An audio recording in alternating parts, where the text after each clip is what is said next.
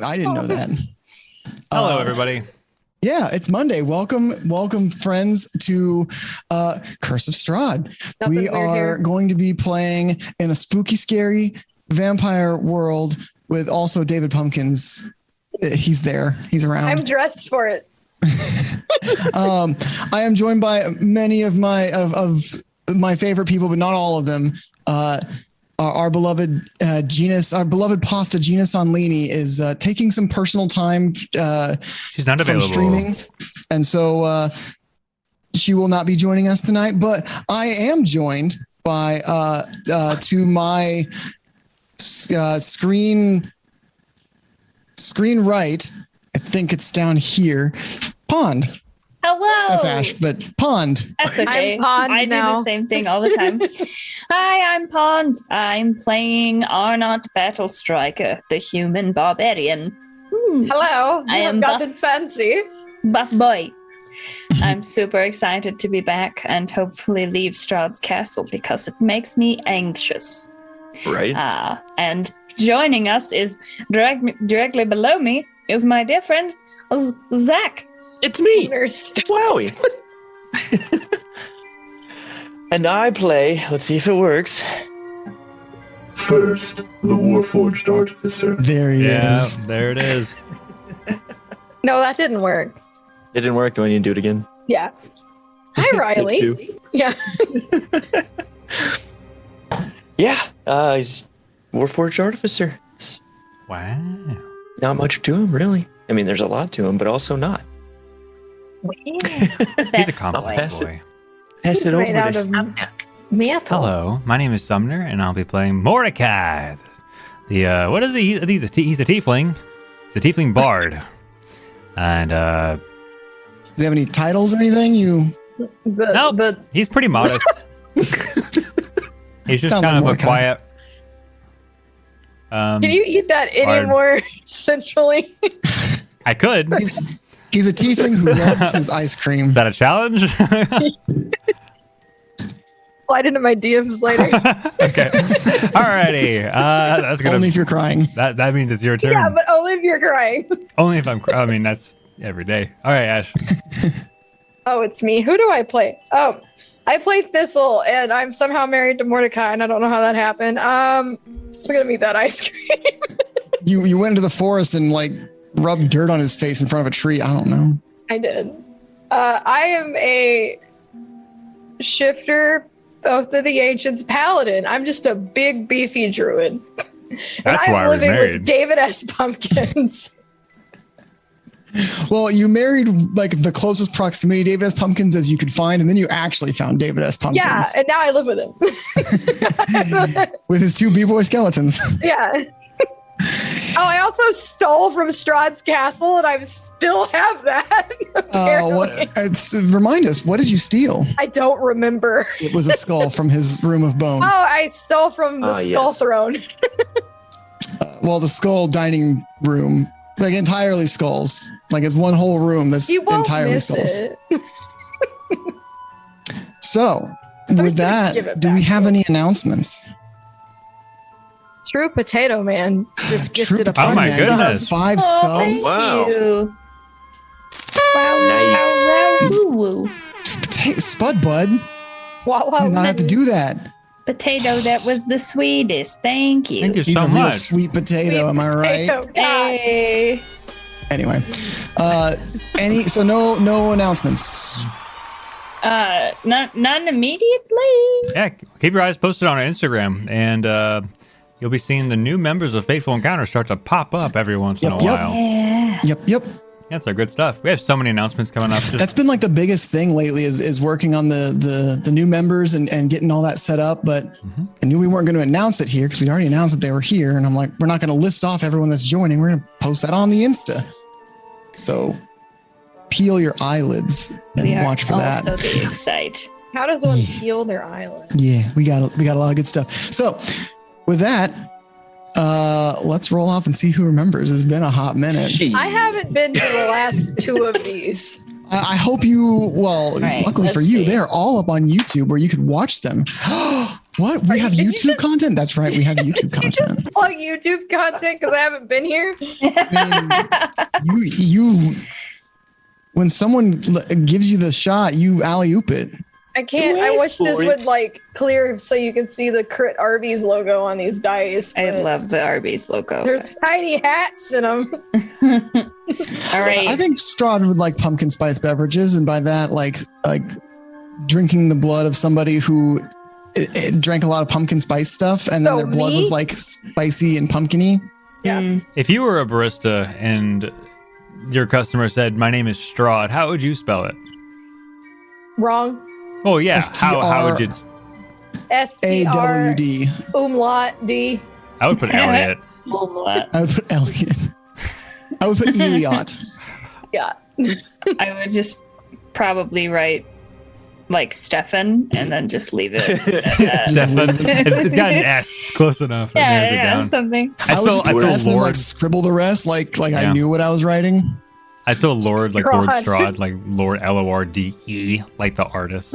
Oh I'd write, yes. For like easy, I'd write no brainer. Stewart, and then look what I can do. Look what I can do. Maeve, Steve. Are we old? RK line says Strahd. Oh, STROD. Yeah, that's Strahd. Strudel. got double A's. You got some baristas in chat. This is amazing. All right, so what was everyone's rolls? Oh, vegetable. Mine Got was a a 12. 12. Where Ah! I got a 15, but I'll take it. Bro, same, dude. You're totally taking it then, dude. Okay. This is gonna be a Well. team effort. Ready I for some- haven't been here. All right. Well, my second roll was a 3, so I'll just go. I'll go Ash, do, you lucked out. do my besties. So last time on Faithful Encounters, Curse of Strahd, we were invited to dinner at Strahd's castle, and we were all extremely sus. And Strahd was way into Irina, and we also met this neat lady whose name escapes me. But she had no idea that she was living in a castle full of vampires. Gertruda, thank you. And she was happy as heck to be there. I know that Mordecai got half seduced by by a vampire lady Mordecai. or two.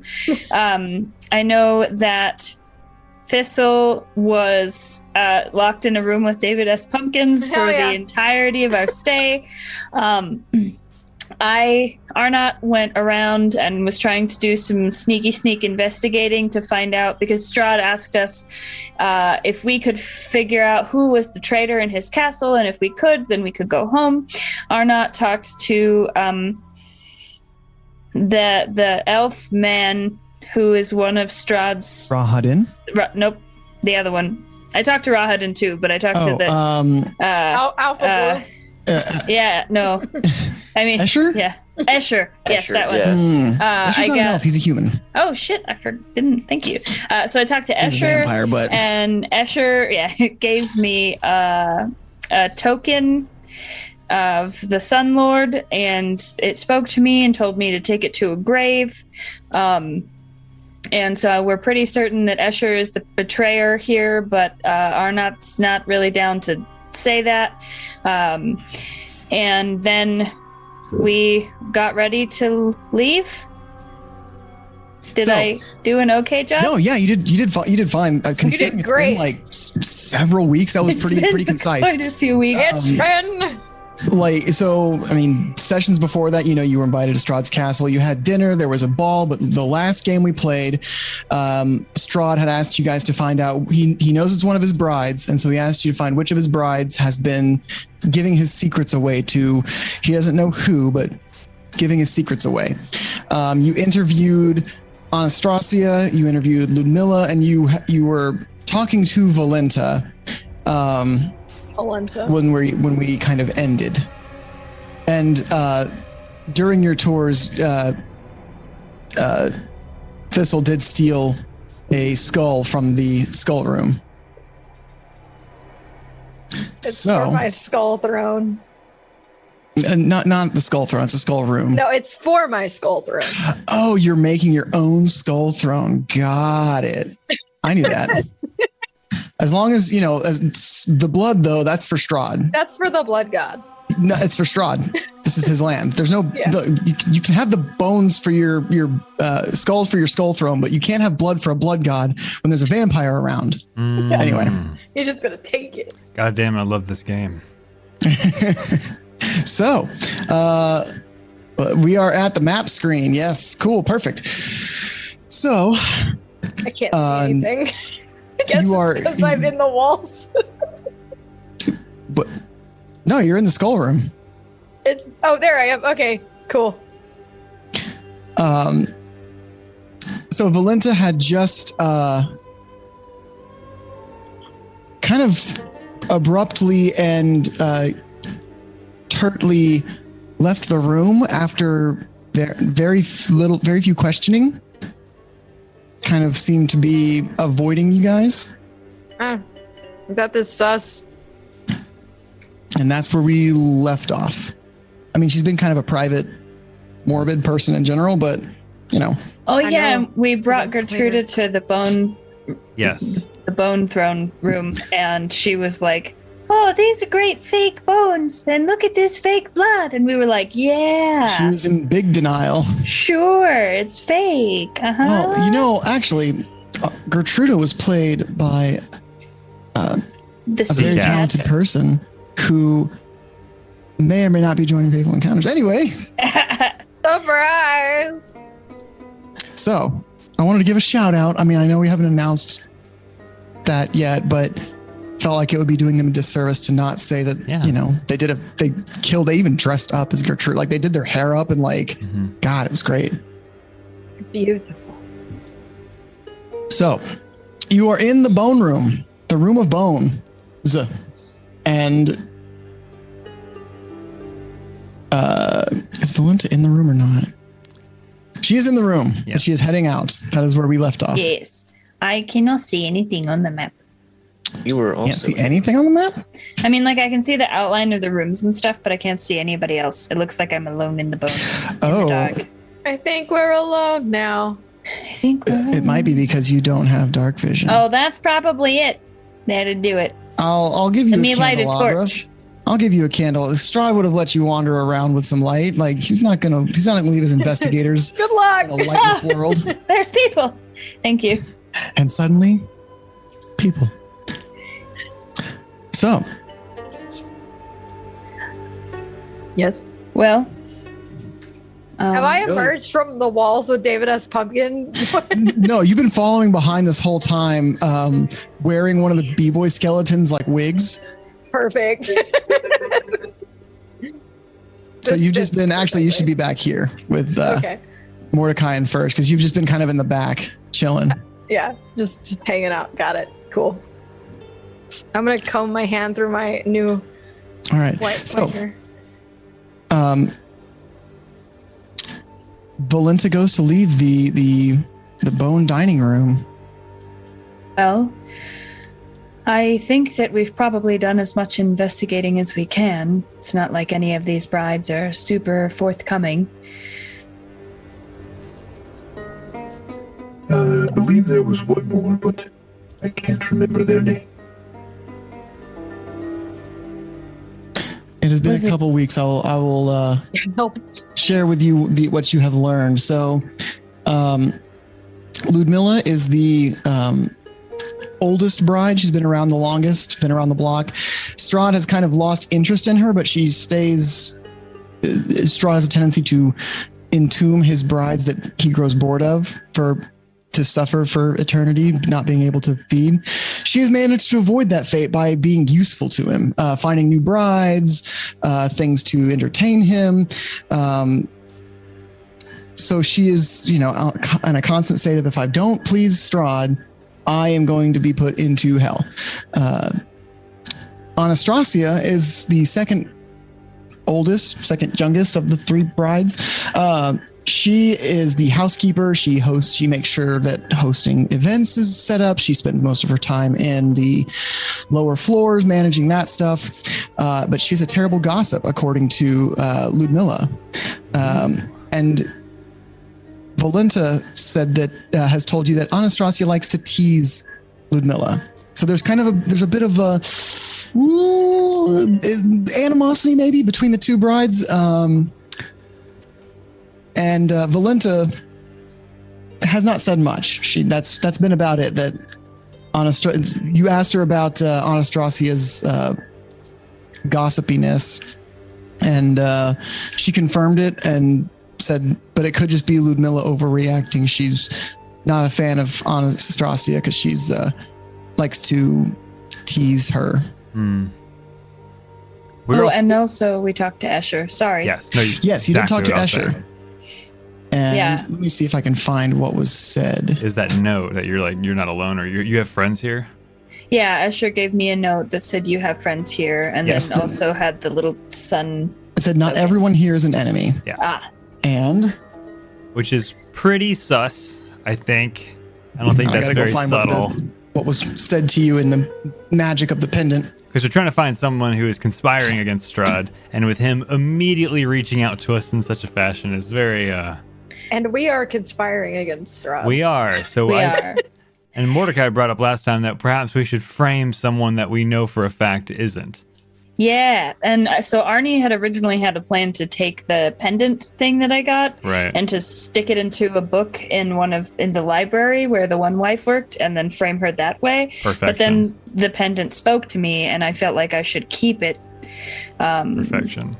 So I have the note still, though. We could try and use the note to frame someone. All right. So what the pendant said to you, in a voice inside your head was, "There is a grave to the west with roses that never die, in a place built by healers, in a village called Kresk. When all turns to darkness, touch this holy symbol to the grave to summon the light and find the treasure long lost." Yes. So I know for sure that we need to go there. So I pocketed the pendant. It's okay. It was like, oh, her face is green. I don't know. So I pocketed the pendant, but if we're somewhat alone, I will show everyone. I pulled the note out of my pocket and just sort of So I received this note, and I don't really agree with, helping Strahd. We've already helped him as much as possible. What do the rest of you think about perhaps putting this note somewhere else? Like, you want to frame someone? Yes. Well, yeah, let's do that. Which bride do we like It's the least? not very nice to frame someone. No, that thing Shit. is If you, fuck. Lord Strahd has tasked you with finding the traitor, not framing someone. No, This is just a game. Ignore us. We are just no, I we're honestly saying forgot frame. that she was here. It might be a dialect thing, sweetheart. We're saying frame as in put them in a frame because we like them so much. Like a portrait? yes. Yeah. Oh. Yes. Yeah, it's that kind of thing. Oh, okay. Don't pay no mind.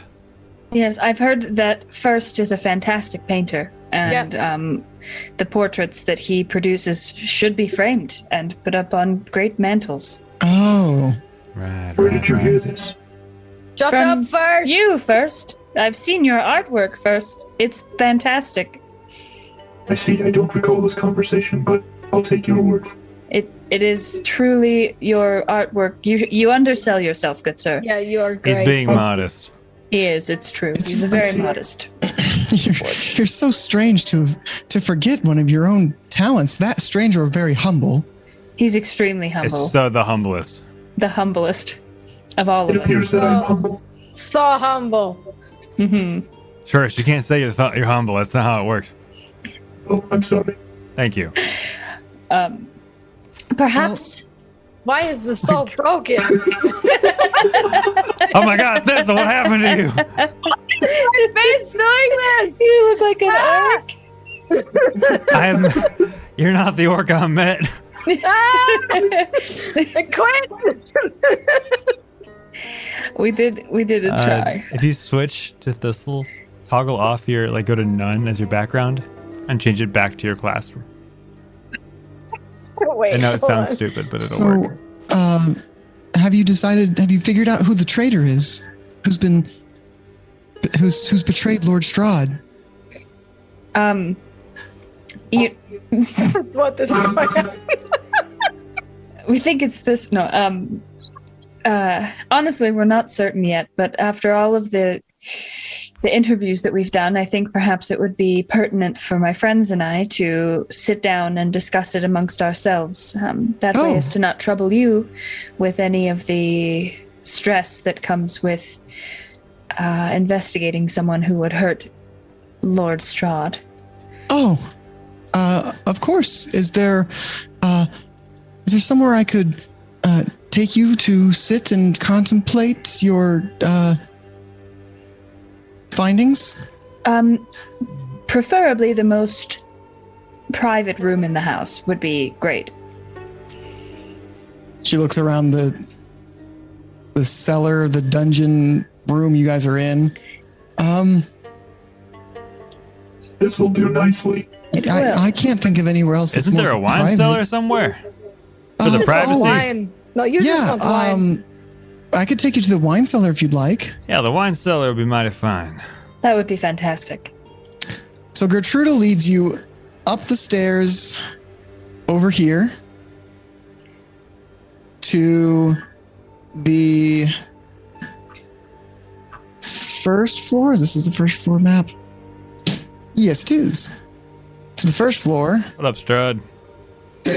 What a homie. And to some stairs over here. Ah, Let me collect you guys a little closer so I can move you all at once. Down these stairs over here. And to our listeners, we are walking through Strahd's castle, going Yep. through It many is. of the corridors and stairs that the included maps include. yeah. Yes. To keep to the theme, Thistle thinks Looks this like whole we're place heading looks east. like shit. Strahd's castle is very maze-like, and it's difficult to find your way around if you don't know where you're going, which is why Strahd has told Gertruda to lead them around. But even she doesn't know like every way around. So she leads you to those stairs and back down into the basement, where you are now over here. Gas from over here. Over here now. And this is the narrow chamber that I think it was originally led to the wine cellar where the Upside Down Man was. Yes. So now, heading out that door, you head into a passageway where you see some oak barrels down to your left and a hunched, monstrous-looking man. Huh. Hello. Do you know this man, Gertruda? Oh, yes, that's Cyrus. Cyrus. Hello, Cyrus. The hunched bestial man. Boom. Oh, hey, he's cute. Looks like tilts his head and looks in your direction and kind of gives a before hobbling. I want to speak to animals with him. Okay. Love me. Wait, come He's- back. I like your duck foot. It is cute. Heading towards the stairs, as you say, "Wait, come back." He does halt, and turns to look back at you. What is going on with you? You have adorable animal face and strange leg. What are you? You have beautiful eyes. You are beautiful. First, you are learning compliments. I am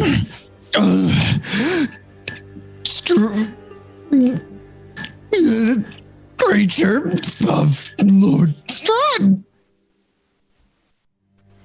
That was very difficult for you to say, huh? What in Palor's name is that? I don't know, but he looks nice and adorable, and I want to be his best friend. Gertruda, what is he? You can go.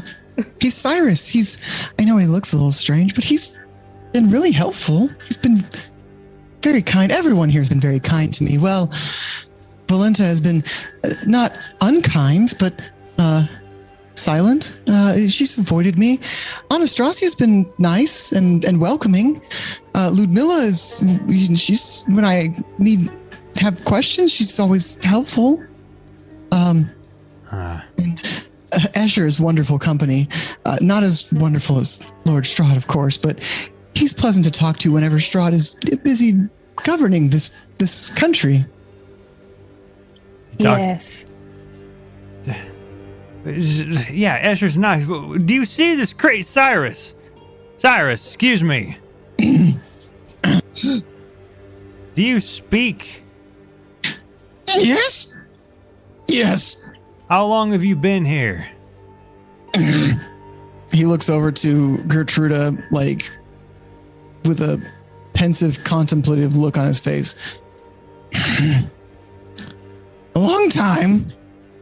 Are you one of Strahd's, He looks to Gertruda, confused and terrified to ask. Are you in Strahd, like, Are you know. dating? Yeah. Oh. No. Oh. No. Lord Strahd is my master. Would you like a girlfriend? He looks up at you, Thistle, and give me an insight check. Oh, Jesus.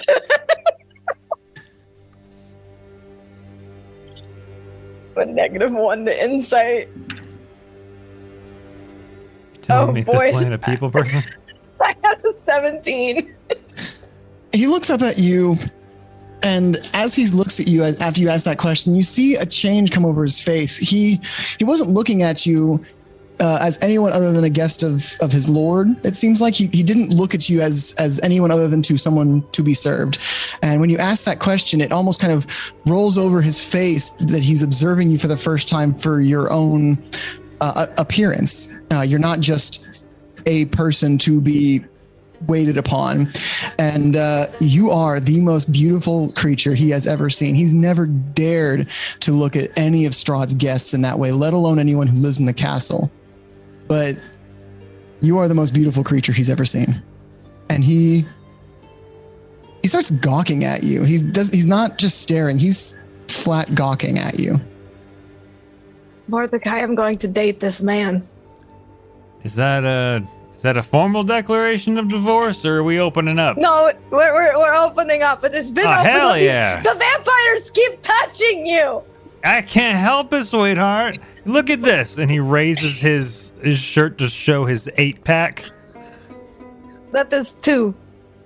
And then he puts first shirts down to hide the 8-pack that actually belonged to first. You have to zoom out of frame. It's a stupid joke. I get it.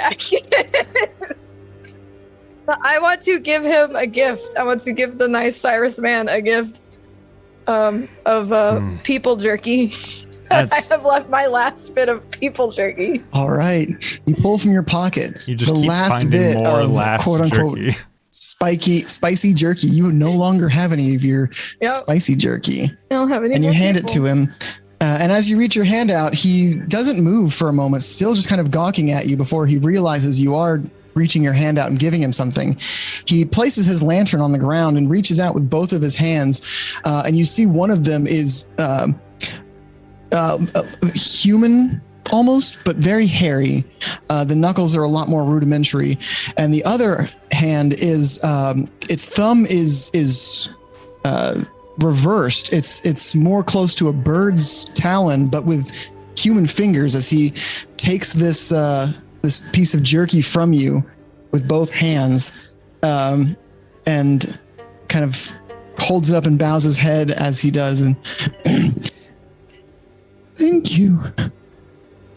You're welcome. That is spicy, so watch out. He gives it a sniff.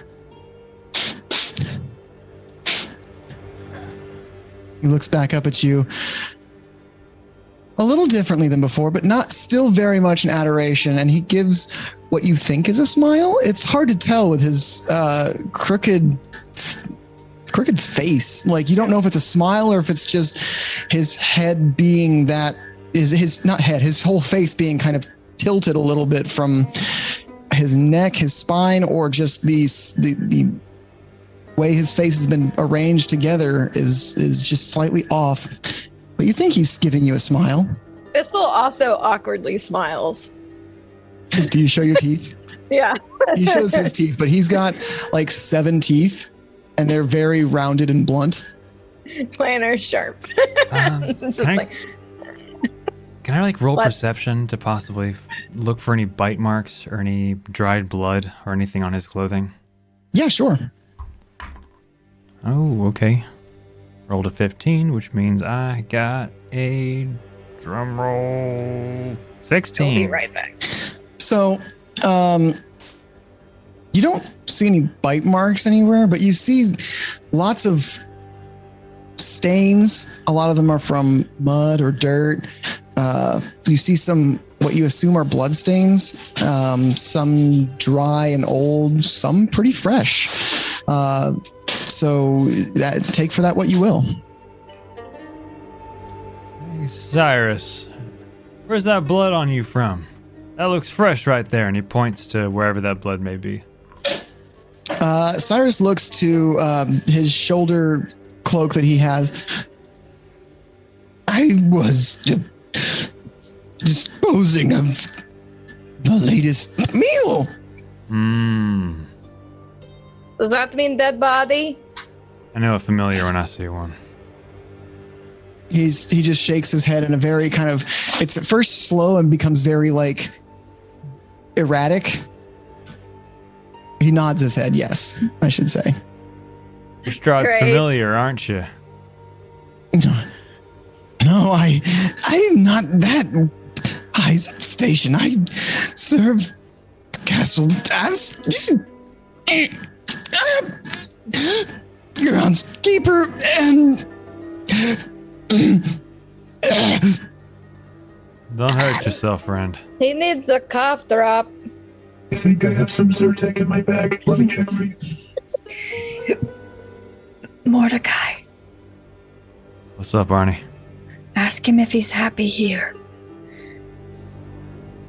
Cyrus, are you happy here? yes, as happy as I could be. Ah, that's what I thought. Gertruda, thank you so much for bringing us here. I think we can find our way back. Of course. Cyrus, would you like some help with whatever you were doing?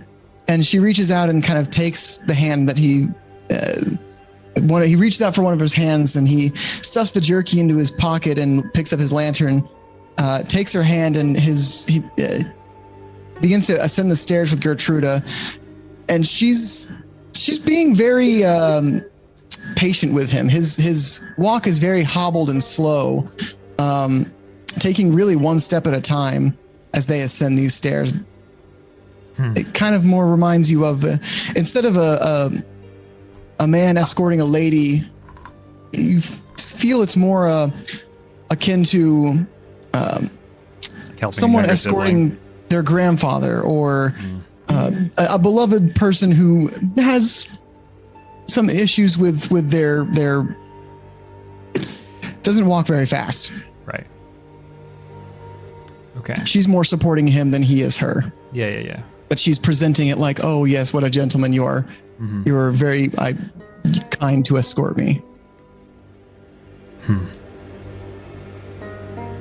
All right. Well, if I had to guess, Mordecai is going to kind of coolly walk over to the doors or pathways that seem to be the wine cellar based on the barrels, I would imagine. Yes. And walking First, in, you do know this to be the wine cellar. This is where you and Escher came before. That's right. What does this room look like? It's been a while.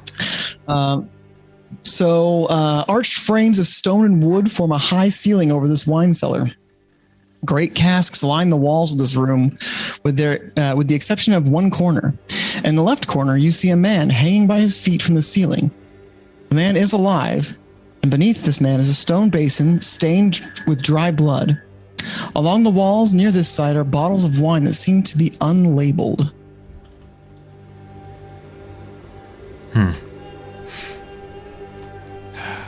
Wow. As you see, there is wine, and then there is not wine.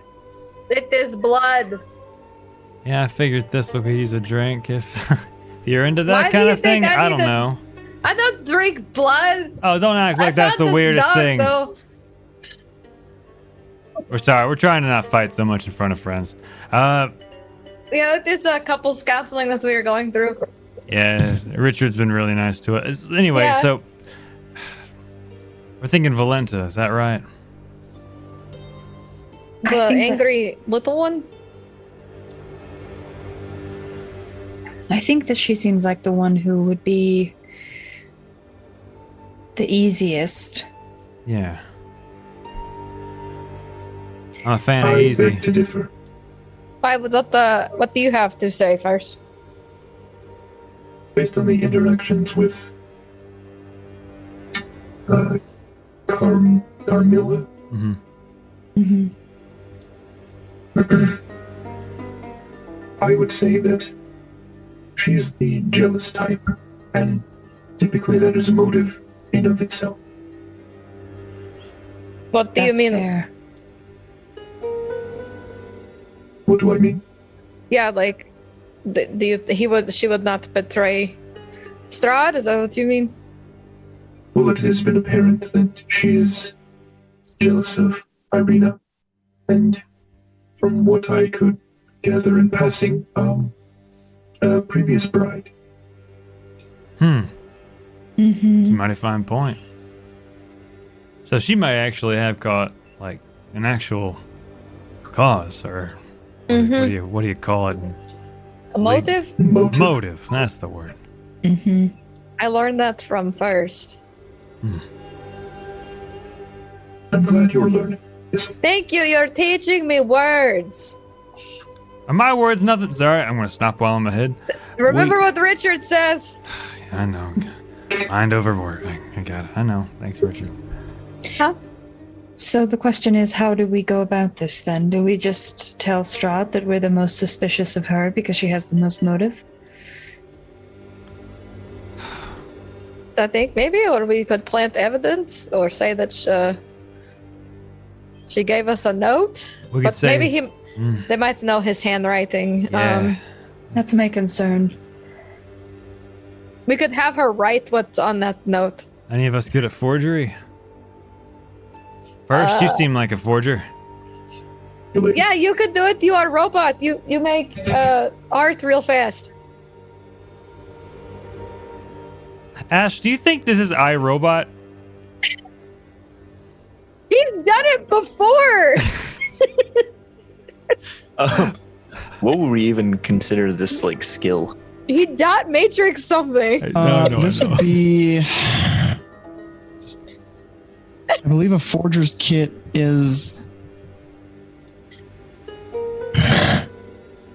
Oh, you know what? I actually could just create one. I think it's a. I want to say it's a dexterity check, but that doesn't sound right to me. Can you chill out, please? Performance. Performance or deception, which I guess are both charisma checks. Question. Yes. Well, two, I guess. One, do we know what her handwriting looks like? And two, do we know that she can write? That's a fair point. Should we sneak into her quarters and like snoop? If I was thinking the same thing, it would be kind of embarrassing if we say the illiterate wife wrote us a note. That would be kind of a dead giveaway, pun intended. Yeah, we would die. Yeah, I know let's do that. Sorry, How Arno. are we going to find out where she sleeps, though? Like, We've already That's- visited her room. did you? I was It was probably. the first room we visited. Right. No, I don't remember this. I was probably in the walls with David S. Pumpkins. I believe you were. That is true. Yes. So we sneak into her room, try and find some evidence that she knows how to write. And if she does know how to write, then hopefully mimic her handwriting to recreate the note. Right. Or maybe if she has a diary of some kind. Yeah, we can could continue. read her secrets. Right. we have a diary or something, I'm sure we can change some passages to show. Go from there. Yeah, that is a good idea. I think we have a solid plan here. We could take the secret pathway to get back in. And plan B, if we get caught during, We blame it on. Gertruda. Yeah. Perfect. As sweet as she is, we could easily blame it on her, perhaps. She is the newest one, and these suspicions seem to be just as new. Although she is quite stupid. And I don't say that to be cruel. She's just very dense. She is, but oh, damn it! What if she is the one? We'll just say we're trying to find the bathroom. That's Plan B. We could all. That's true. We'll just say that we all We all had to go to the bathroom. Yeah. And first had to get his oil changed. Sure. Perfect. Also, first, I'm sorry about lying about your art skills earlier. We almost made a mistake because I forgot Gertruda was with us. She's like a fly on the wall, that one. She's so quiet. She's so damn quiet. Yeah. Sorry, my dog wanted attention, and now he's mad. That's fine. Well, it is quite all right. Well, let's head to Thank you, Valenda's Max. room. Operation V. That's what we're What calling does this the mission. V stand for? Valenta. Oh, okay. Question, is this man conscious over here in the corner? And Arnie just points at the body that's hanging upside down. Just the elephant in the I've room. heard all of it. Would you like to check? I would like to check and see if he's conscious. Give me a medicine check. Is he edible? Does he look Sure. edible? Does he look consumable? Well, Yes, he does. That's a 6. Well, So, luckily, you can tell that he is unconscious. oh, Anything beyond that, but he's not conscious. well, hopefully he didn't hear us. Hello, Mr. Unconscious Man. If you can Speaking. hear us, blink. Mordecai's stomach sinks as he thinks, maybe his eyes and ears still function. Are his eyes closed? His eyes are closed. Give me a picture. Should we kill him? Yes. Mordecai's gonna walk over to him, pull on his earlobe, and yell really loud into it. Just, ah! Just like, Oh, I know a trick. To see if someone is lying about being unconscious. If your yelling doesn't work, I know a trick. Are you going to tickle him? did he No. respond at all to the yelling? Like, really loud, like, in his ear. Nope.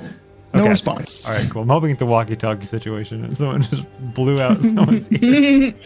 So you take your index and your middle finger and your knuckle, and you shove it into their the part between their chest, their breastplate, and then you drag it as hard as you can down their body, and it is almost impossible to fake being unconscious. As Arnie way. says that, Isla's pulling out her sword or her halberd, going, "Oh, so we don't stab him." I mean, we could stab him, but I feel they would notice if we stabbed him. What if I take the pommel of this and do that down his chest? Do it. Okay. I'm going to be honest, I am uncomfortable with leaving him here, but I know that our hands are tied. He is kind of already dead to begin it with. is. We can't really do much. Sorry. It's a good joke. There. Just say your That's, hands are tied. that's the upside down hanging person. So he's going to die. Oh. Wow, that's...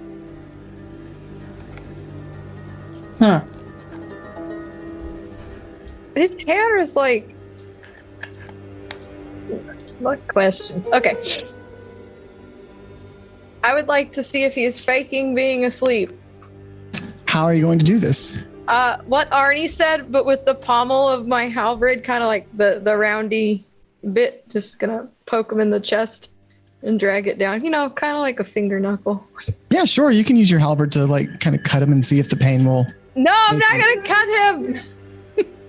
What are you doing then? If you're dragging your halberd down the No, front of his- the end, not the pointy bits, but The the pommel. handle. Gotcha. pommel? Gotcha. Yeah. Okay. You run. So you do that. Give me an insight check. Oh boy, -1. Here we go. That is a 7. Why are you guys letting the paladin investigate? He seems unconscious. He is asleep. Well, color me convinced. I want to shake his face really hard. Give me a strength check. Oh god, I'm gonna break his neck. I'm gonna say you're going to kill him This like needs that, some but it works either way. motivational music. And he's just gonna start doing like some like battle music in the back, like as she's shaking him. Bardic inspiration. A dirty 20. And add a D8. Excellent. So you shake his A head. D8. You shake him by the head, and as you do so, you hear the sound of something ripping. Oh, that was like that when I found him. He falls from his hanging position, knocking the basin over, and you see that his feet have been ripped off. Oh. Oh god. The feet flop to the ground next to him, and the rope that he was hanging by hangs empty from the ceiling. Oh God. Well, we can blame Gertruda. are his eyes still closed? So I was already walking up the stairs here. So I'm gonna hear these. Oh no! You just hear a when we thud, a Is splash. everything okay in there? Like a stone, like bumping up against stone, and First, his feet fell off. You just hear no.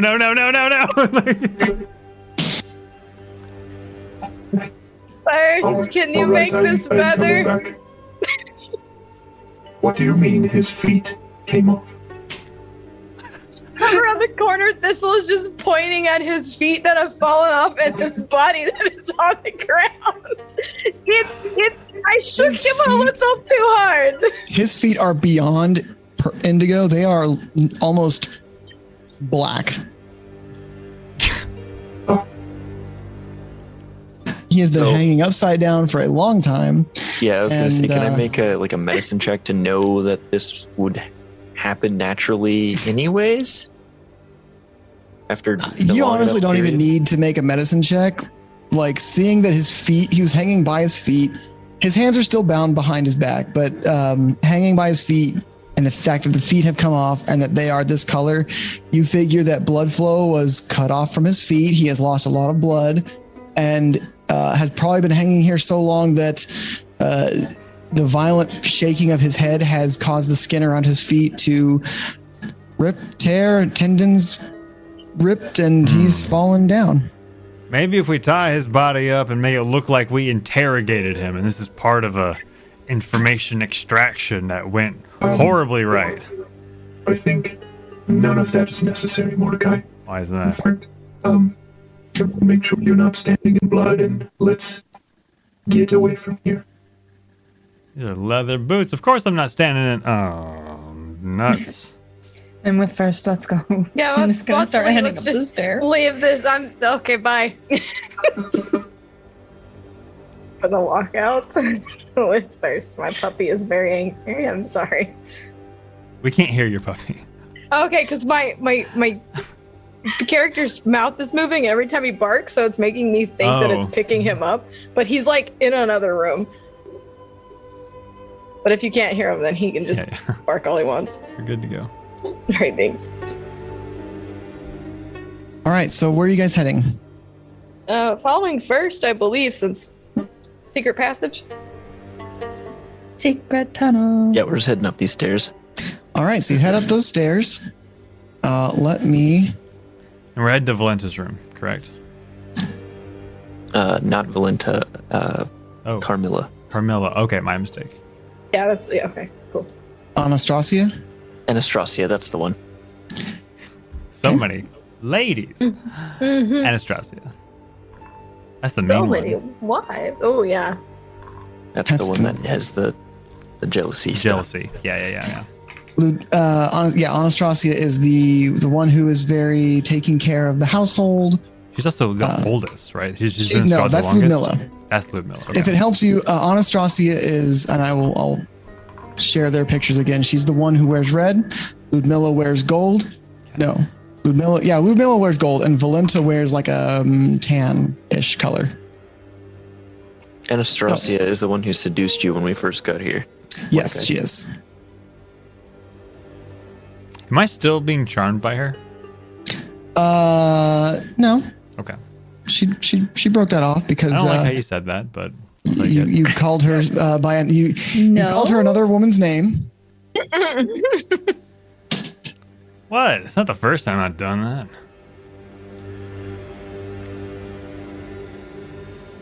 I Yeah. just have bad memories, not because I don't care. So there you go.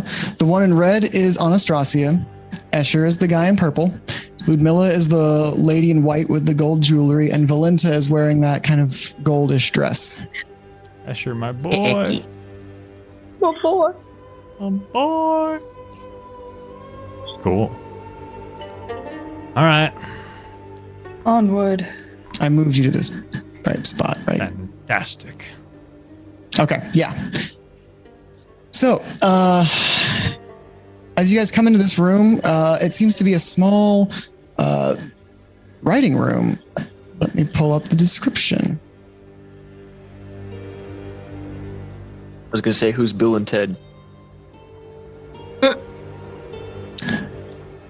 So, dim light filters through a dust-caked window in the east wall. A door next to the window leads to the castle's northeast courtyard. Everything in this room is coated with dust, including a large, heavy table in the center of the floor. A thick book lies open on the desk with an inkwell and quill next to it. There's a broken door in the north wall, and the staircase to the south wall plunges into the darkness.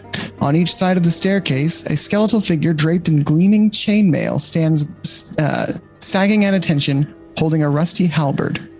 As you ascend these stairs, you hear the baleful howl of a wolf coming from down the stairs. Where's Mordecai? Why are you not here? I thought I was. There's Mordecai. Why are you all the way over there? Where do you go, Mordecai? There he is. There's our boy. Hey, everybody. Like to look over the book.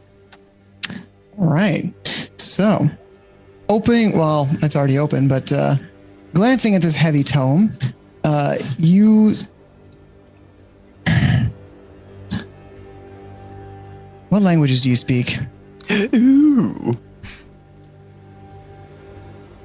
I speak Common and Dwarvish. I speak Infernal. I speak Elvish and Gnomish. Excellent. It is in Elvish. Oh, thank God. Good job. Literate. So, none of you can read it until Arnie comes up and peruses the book. It is in Elvish, and it says, "Please register for your own convenience and that of your next of kin." Every name you see in here is an Elvish name, and as you thumb through the pages, every single one of them seems to be crossed off. Oh.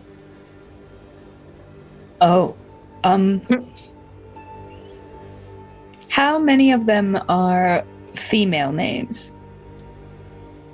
Every single female name you see is crossed off. There are some male names you see that are not crossed off, though. Do I see Rahadin's name in this book? You do. Oh. His name is not crossed off. Gasp. So, I think it's safe to believe that the names that are crossed off are dead. Rahadin is in here. This is a book of names. So, yes, it's like a registry of some kind. I don't understand. A death registry? Oh, God. You ever... How much do we know about the elves that live in this realm, DM? Because I know, but I can't remember how much we know. Well, Strahd was in some kind of battle or war, right? From the bone room that we saw. Couldn't possibly be related, could it? I wouldn't be surprised if The it only was. thing you guys know about the elves of this place are you saw some elves at the Vistani camp south of Valaki, and Rahadin is, and they seem to be different than any other elves you might have known. They're somewhere between like a. They seem like normal elves, but they look a bit drowish, and they have, you know, kind of more of a somber tone to them, as does everybody in Barovia. No one's like happy here. But they are what's called dusk elves. Can I make perhaps like an insight check to see if I can put pieces together? Yeah, go ahead and give me an insight check. Wonderful. Don't do me dirty, dice. I'm going to put you some thinking music. Oh, good. And now I'm going to give you a bardic inspiration, which is a D8. You got 2 more of these things. Thank you, good sir. So that is a 25. Ooh. So, Thank you for that seeing that D8. this seems to be some kind of registry in Elvish, you suspect this might be a registry of elves in Barovia. And the conclusion that you draw from seeing that every single female name is crossed off, there are only male elves alive in Barovia. That's I see. That is sad. disturbing. Well, yes, it appears that all of the female elves have been killed or are dead somehow. And there are not a lot of male names left here either, but Rahadin is on this registry. That's disgusting. What? Or are you saying that Strahd simply likes an elvish man? So, He definitely doesn't appear to like elvish women.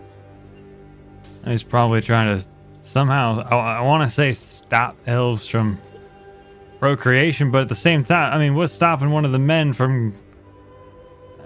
maybe it's the bloodline thing? He seems to be obsessed with blood for obvious reasons, maybe. I don't know. This is No, all I over think- my head. I think you're onto something there. Maybe it's a bloodline feud or some sort of history. I'm not 100% sure, but this is deeply disconcerting. I mean, this whole place, we were just inside of a room full of bones, so it's not like I should be surprised that they have a death registry, but We can't exactly tell the gender of these Behind bones. you, a voice speaks. It is fuck! a punishment for those that have taken something that I desired. oh god damn it! Oh, hi, Strahd. That's terrifying. You just pop out of nowhere, huh? How are you? How are things? I came to inquire how things are. You are further along in your investigation, are you not? We have made progress, we believe. And what have you discovered? One of your wives is extremely jealous. Yes, they all are. Which one are you referring to? Someone help me with the names. I'm sorry, Strahd, that seems rude, but you have quite a few wives. Anastasia. I have 3 brides and a male consort, but he's a beautiful tapestry on the wall. He's not privy to my more private affairs. Mordecai, you said Anastasia? That's right. Would you care to elaborate? Yes, would you care to elaborate? Well, Anastasia, she's got... You know, you see a lot of things out with the mortals. You see things that maybe vampire eyes don't. You pick up on a thing or two with the living, and you start to pick up on those signals. And we were talking, Anastasia, it became clear as night. You see what I did there, Strahd? Clear as Get to night. the point. She's jealous, and she's got it out. And she can't handle that stress or jealousy anymore, Strahd. We think she's out for your throat. She's unable to try to harm me. What I am concerned about is one of my brides leaking my sensitive information, my private counsels, something that only a select few in the castle would even be aware of. Such as Anastasia. Out of She mere would curiosity. Yes, she would be someone who would have this information. And you are sure that it is Anastasia then? 85%. It is currently a theory. I see that she is the one with the most motive. Shall we only have one. a confrontation with Anastasia then? Who can?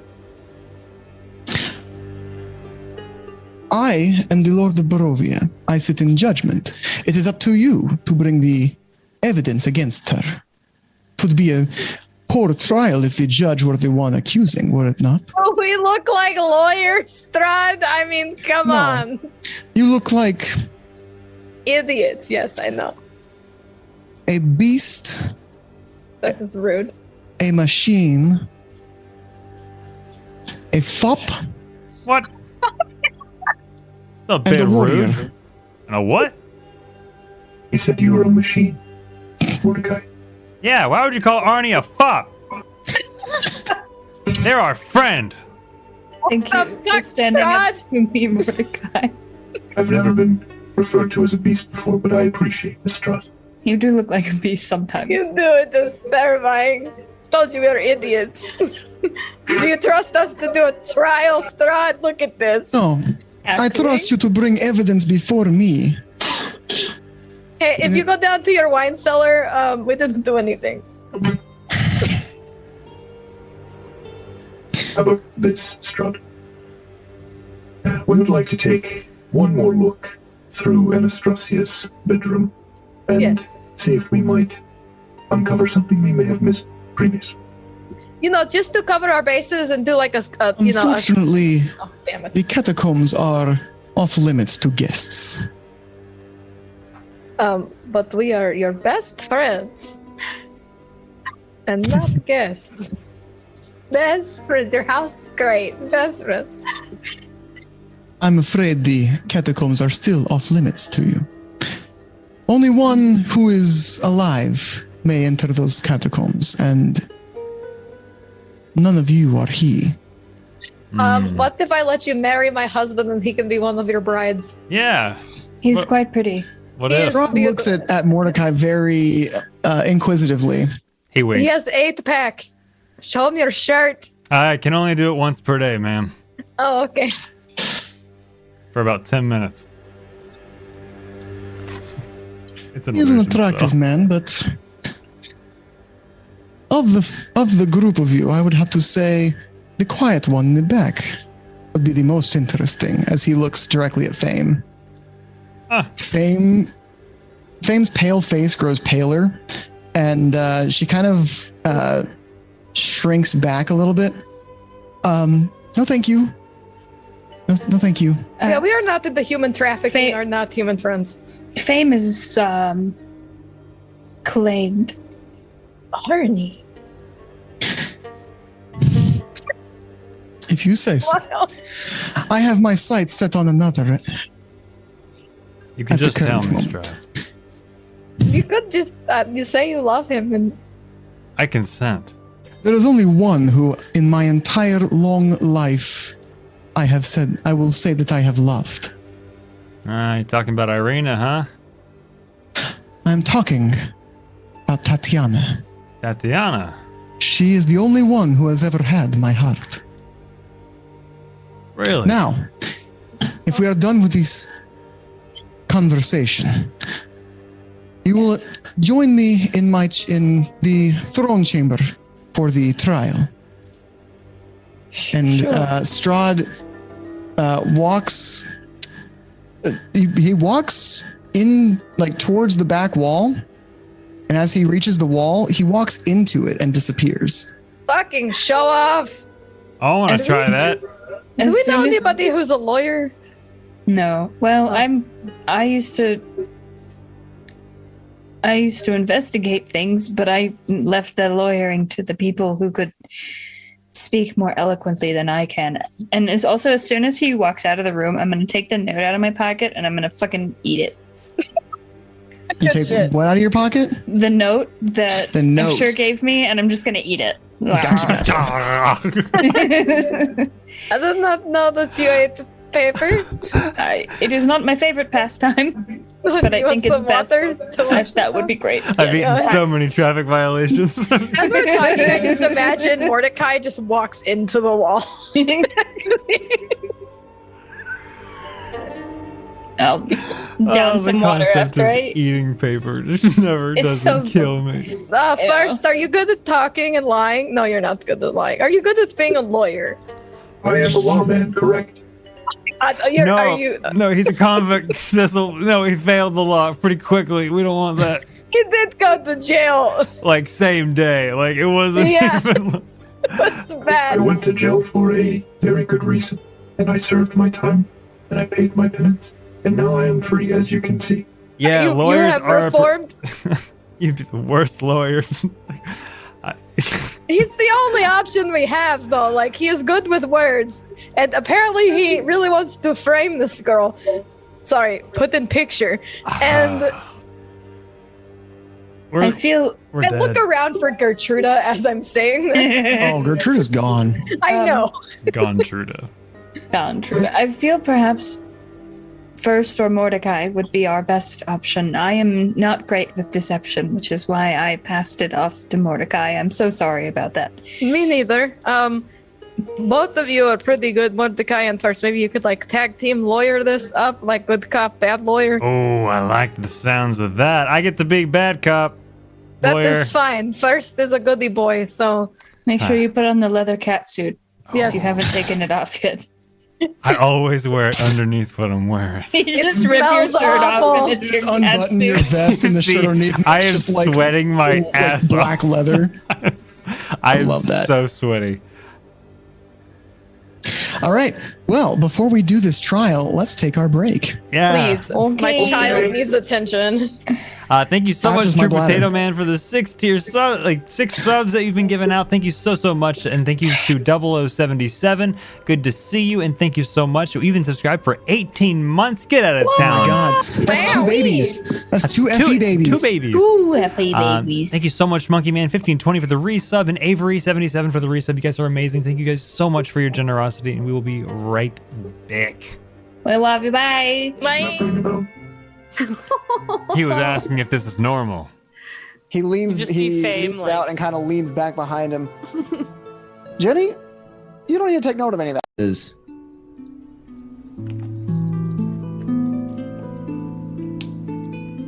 I had a friend. He was my best friend. His name was Slurms Mackenzie. Oh no. When we got out, he was a man who liked to party.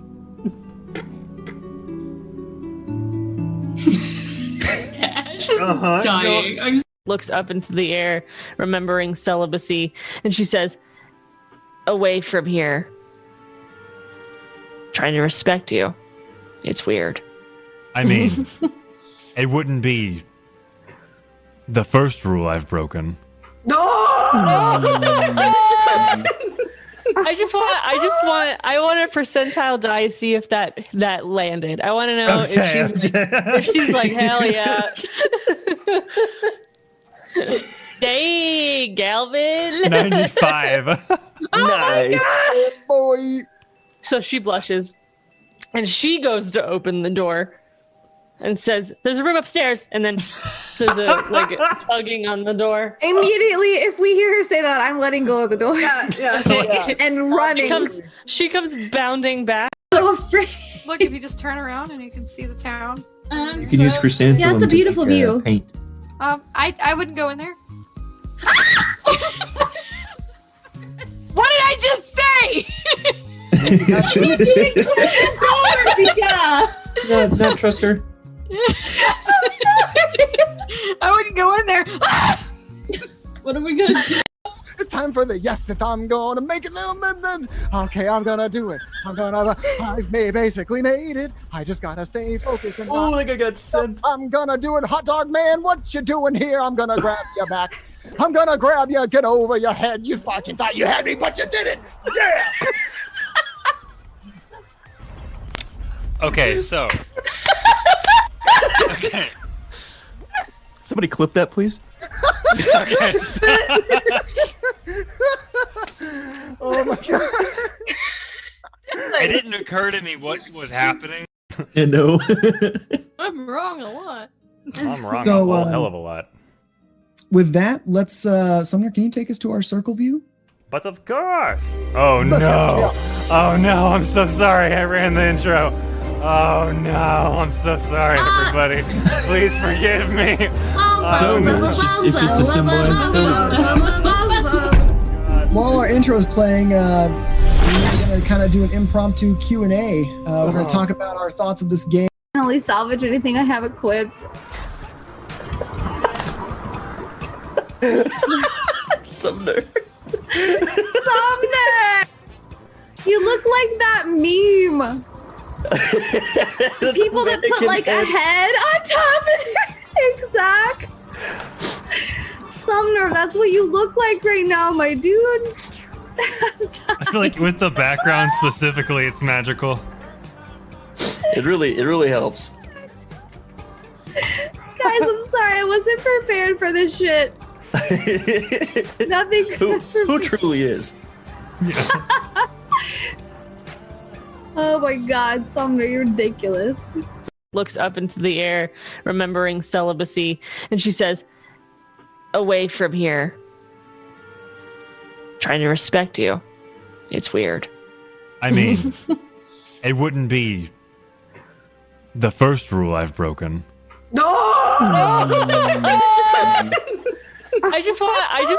I want a percentile die to see if that landed. I want to know if she's like, hell yeah. Hey, Galvin. 95. Nice. Boy.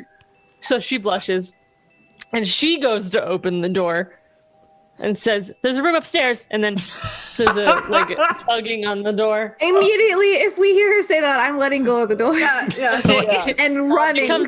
She comes bounding back. Not like crowds. And I begin to remember the time that me and my brother escaped from the circus, our first heist in a way.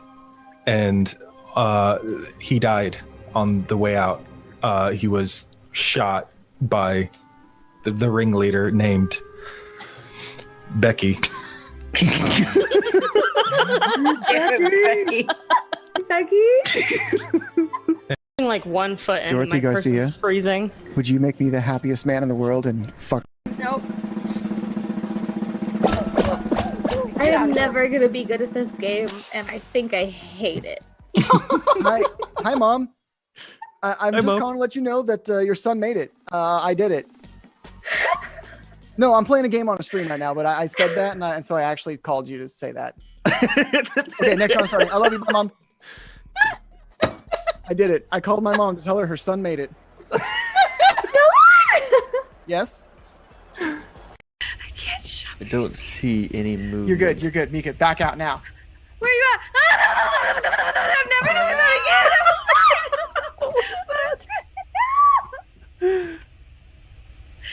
I told you.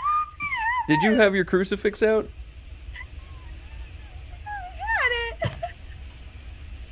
I'm not good at these games. I just get scared.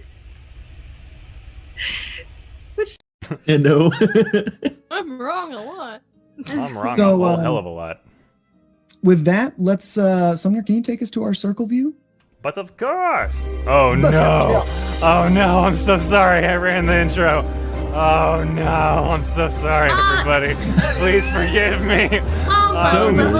If it's a symbol, While our intro is playing, we're going to kind of do an impromptu Q&A. We're going to talk about our thoughts of this game. so afraid. Look, if you just turn around and you can see the town. you can use chrysanthemum. Yeah, it's a beautiful to make, view. Paint. I wouldn't go in there. What did I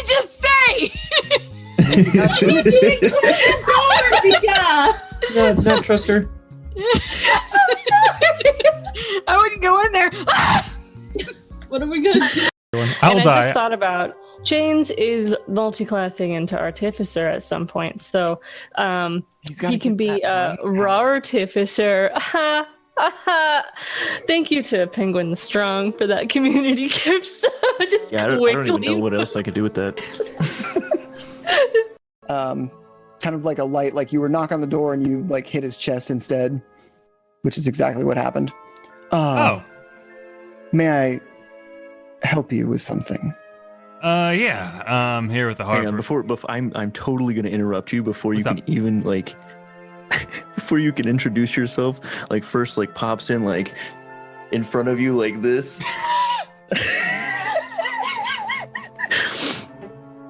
Introducing the Devil of Waterdeep. I give you Mordecai. And then he goes right back to standing normally right behind him. I'm afraid I don't recall requesting the services of entertainers for tonight. You scare the shit out of Mordecai, but he doesn't show it. And I rolled another giant weasel. Yes! It's always a giant weasel. There's like, more this than one's just giant weasel, familiar. we promise, but I just keep rolling a 6. Let me find him. Hold on. Here he is. Bag full of weasels. That's all it is. I don't There he think is. you need to equip that to every map just in case. That doesn't look like a weasel. Thistle comes walking out with like a handful of raw meat and just eating it. As soon as you try to eat the raw meat, I'm gonna smack it out of your hand. Why are you doing this? It is a meal. I'm sorry, just maybe cook it first. You're gonna get a tummy ache. You're gonna get the shits. You need to cook it first. I will be fine. I am immune to diseases. What Well, if I that's cook cute. it for you? Can I cook it for you? No. All right, well. Hold my hand and get away from me. Fine. I pick it back up and I just toss it back at her. You're gonna get the shits and you're gonna be really sorry you didn't listen to me. He leans into Mordecai. Is this kind of the normal thing in this bar? Yeah, it's it may be kind of an awkward situation for you, but for us it's Tuesday. First leans in. What are we whispering about? He was asking if this is normal. He leans, You just see he Fame, leans like- out and kind of leans back behind him. Jenny, you don't need to take note of anything. Is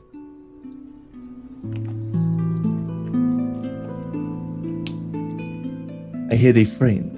He was my best friend. And we're back. We're back.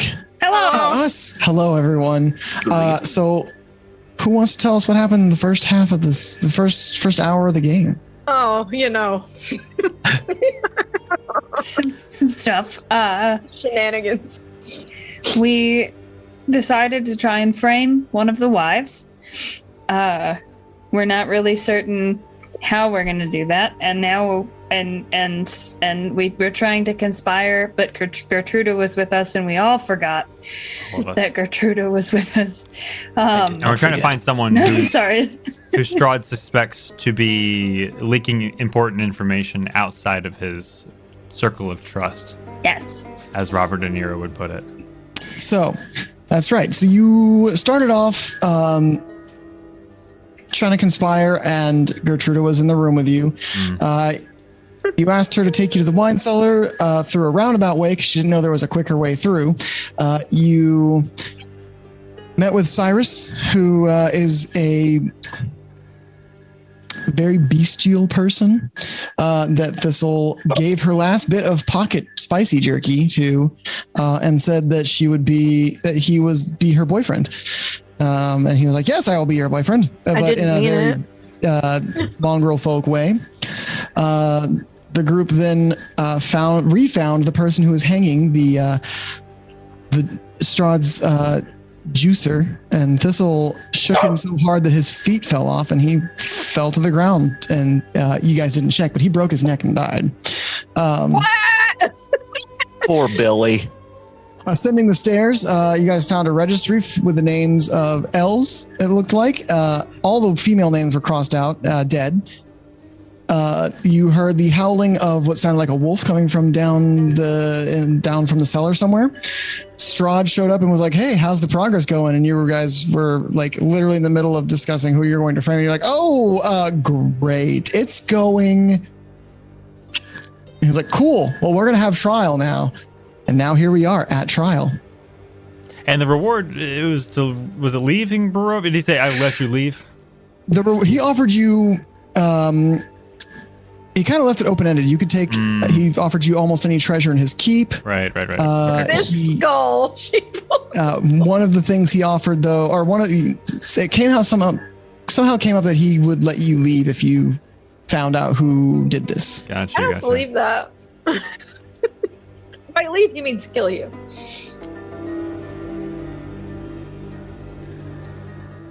And now here we are. You sit in Lord Strahd's in his throne room. It seems to be the most alive of any room. The southern part of the wall, southern part of the room has a raised dais with a ornate wood cushioned throne facing towards you. Sitting on it is Strahd von Zarovich himself. The remnants of the ball are still in this room. The candelabras are still lit. The chandelier above head is still lit. The ghostly band and the pompadour-headed conductor of the band are not here, but everyone else is present. To the right of Strahd is Rahadin. On his left hand, kind of behind him, is Escher. Before him are his three brides, and the five of you and Irina are standing ready to give trial.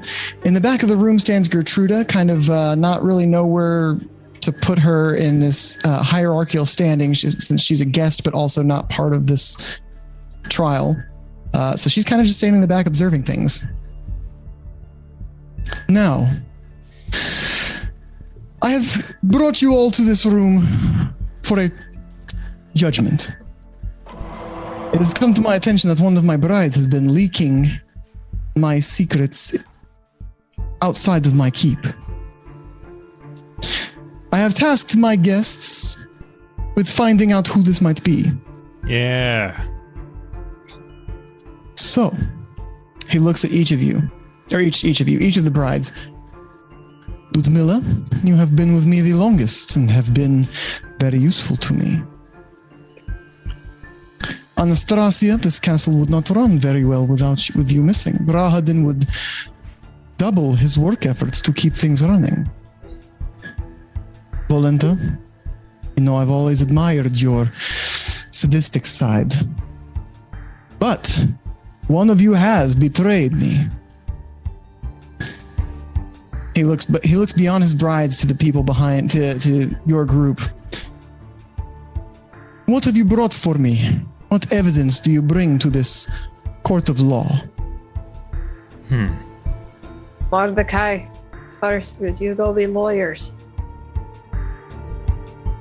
Arnie's just gonna kind of like shuffle. No, just. Arnie brought a briefcase full of blank papers. Arnie's holding a briefcase, just like, yes, I know what this is. Arnie's wearing the shift weave that Monkey Man gave us. Yeah. To make it look like you have a briefcase, but no one can touch the briefcase because you open the briefcase and it's just full of money. It's like, shit, wrong briefcase. This is the one full of peanut butter. We can't. It's the wrong one. Not the peanut butter. Just shit. Damn. The peanut butter. Are you done preparing your evidence? Can we begin this trial? Yes, I think we can. Damn right. What evidence do you bring to this court? Objection! Mordecai, that is not the moment to say that, but... Oh, I thought you just said it when you were excited. Mordecai! I pat him on the shoulder, and then I walk forward. I present first to the floor your jury, Highness. I bring my... some would say expertise in the examination of human nature. And what did you find? Since our arrival, I am aware that you all act differently than many humans and varying other races that I know. But you still have humanity. And something I've noticed is some of you may have distaste for us, but I can sense a much higher level. And specifically, Anastasia. Me? Yes. Yes, Anastasia. I'll answer any questions you have of me. Excellent. In the time that I've been here, I've noticed high levels of jealousy in Anastasia. Not for the other brides you possess, but for a bride you wish to possess and for a bride you previously had.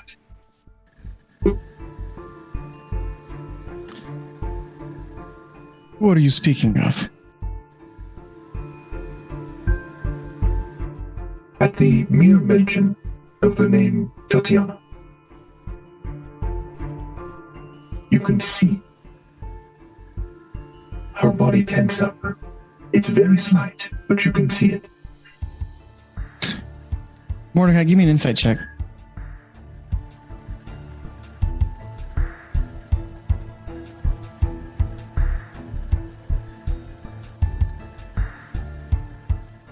Or Mordecai, Arnie, Thistle, anyone who's standing back can give me an insight check.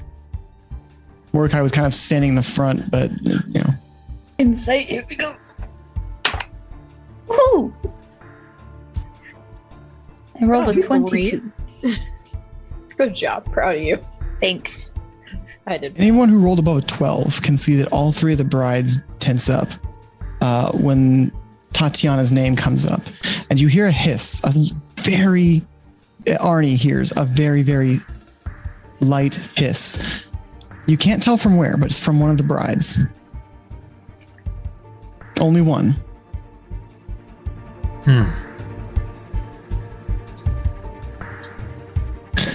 Certainly, I understand why that name would breed animosity in you, Anastasia.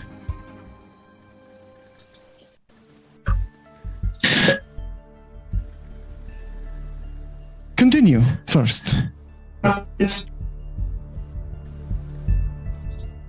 And then there is Irina. It is no secret that she has caught your eye. Certainly, Irina has caught my eye. I will say, had you not dyed your hair, I would have taken notice of you much sooner. Irina, Thistle, you kind of sense her like tense up as he addresses her and mentions the fact that she dyes her hair. Do not talk to the witnesses, sir. Please. And I kind of give her a little covert pat. As you pat her, she does like relax a bit, but she's still very on edge. I mean, anyway. For sake, when we get back, we will dye your hair an ugly color. He already knows that I dye my hair. But we will dye it an ugly color so he won't like it. That will not protect me. Okay. I dyed my hair because it is actually red, but it is bad luck to have red hair in Barovia, so We will shave your head. Oh, that's a good idea. Yes. Your luck is not helping anybody. Okay, continue. Sorry, we were with that. Yes, continue with these baseless accusations, Metal Man. We will. Anastasia looks over her shoulder at Mordecai.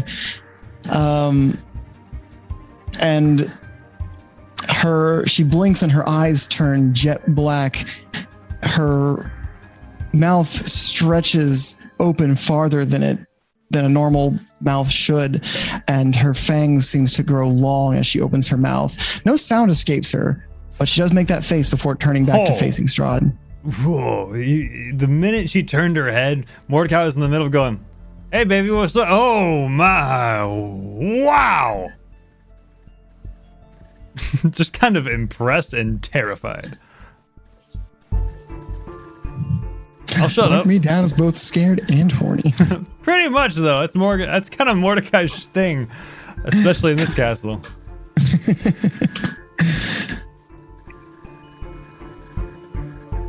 Okay. Well, as I was saying, it is obvious to see jealousy that lies within her. Now, my point being is that this is enough motive, I would say,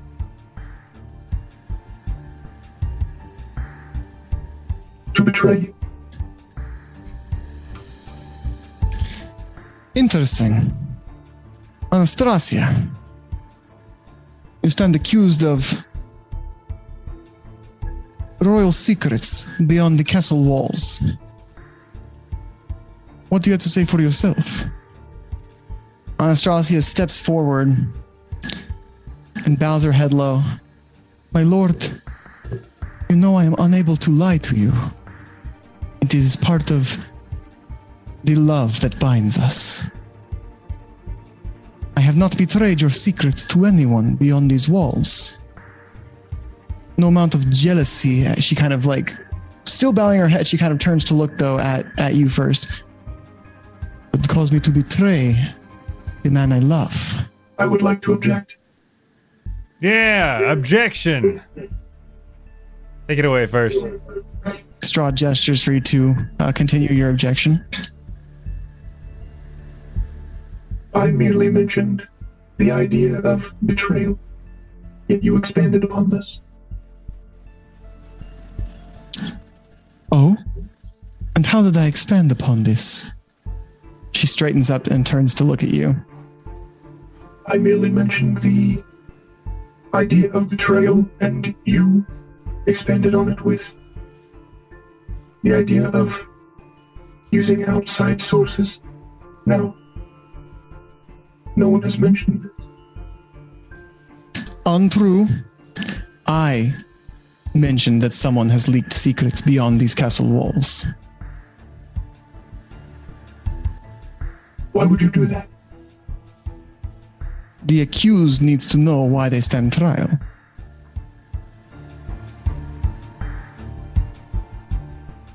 Good point. Anastasia kind of gives you a cocky smile. Again, she's facing you, not Strahd, so she looks at you very smug before turning back to Strahd with a perfectly calm and regal atmosphere about her. Do not act so high, Anastasia. This does not clear you of anything. Continue. He turns to you first. I would like to call forth Mordecai. Yeah, that's right. Full cat suit, stands up confidently, legs super straight, chest out. No tail, though. He walks out as if each step shakes the floor. Violin in one hand, bow in the other. As you walk forward, Strahd leans to Rahadin and whispers something.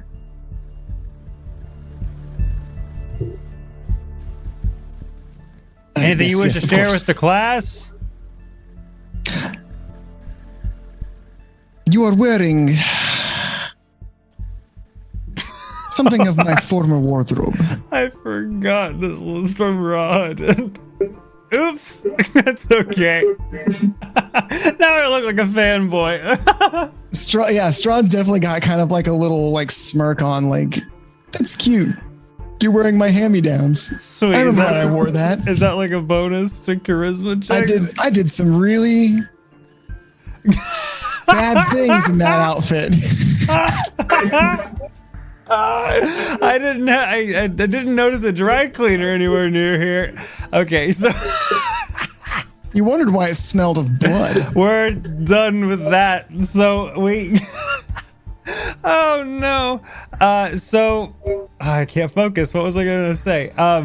He walks out confidently and says, "Thank you first. You done well. My lawyer apprentice in training. He grows up so fast." The maturing of a metal man is not why we are gathered here. It's true, Mordecai.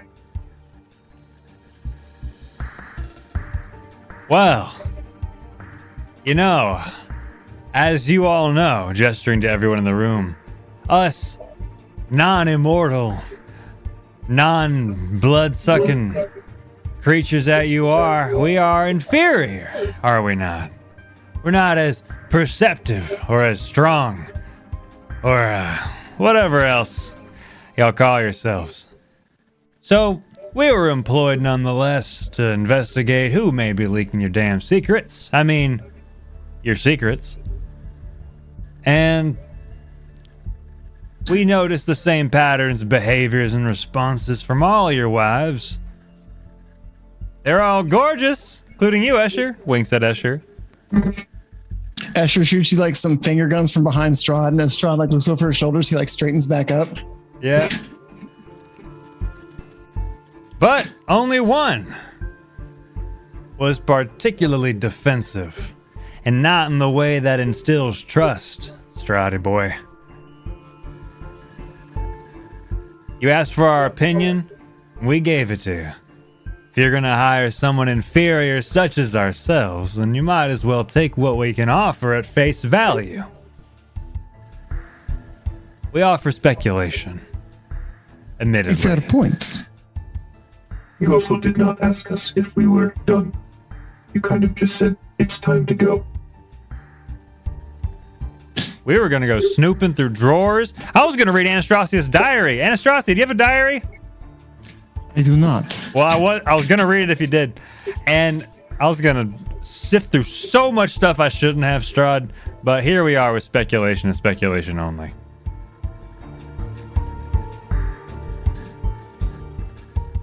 I might have even stolen a thing or two. Probably not. As you say, I might have stolen a thing or two.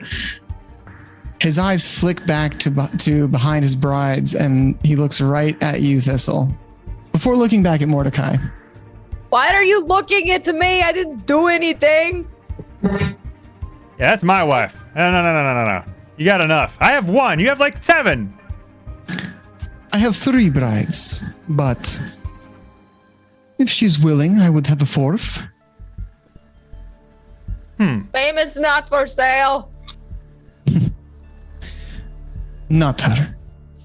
Irina's not for sale. Of course not. She is also not the topic of discussion here.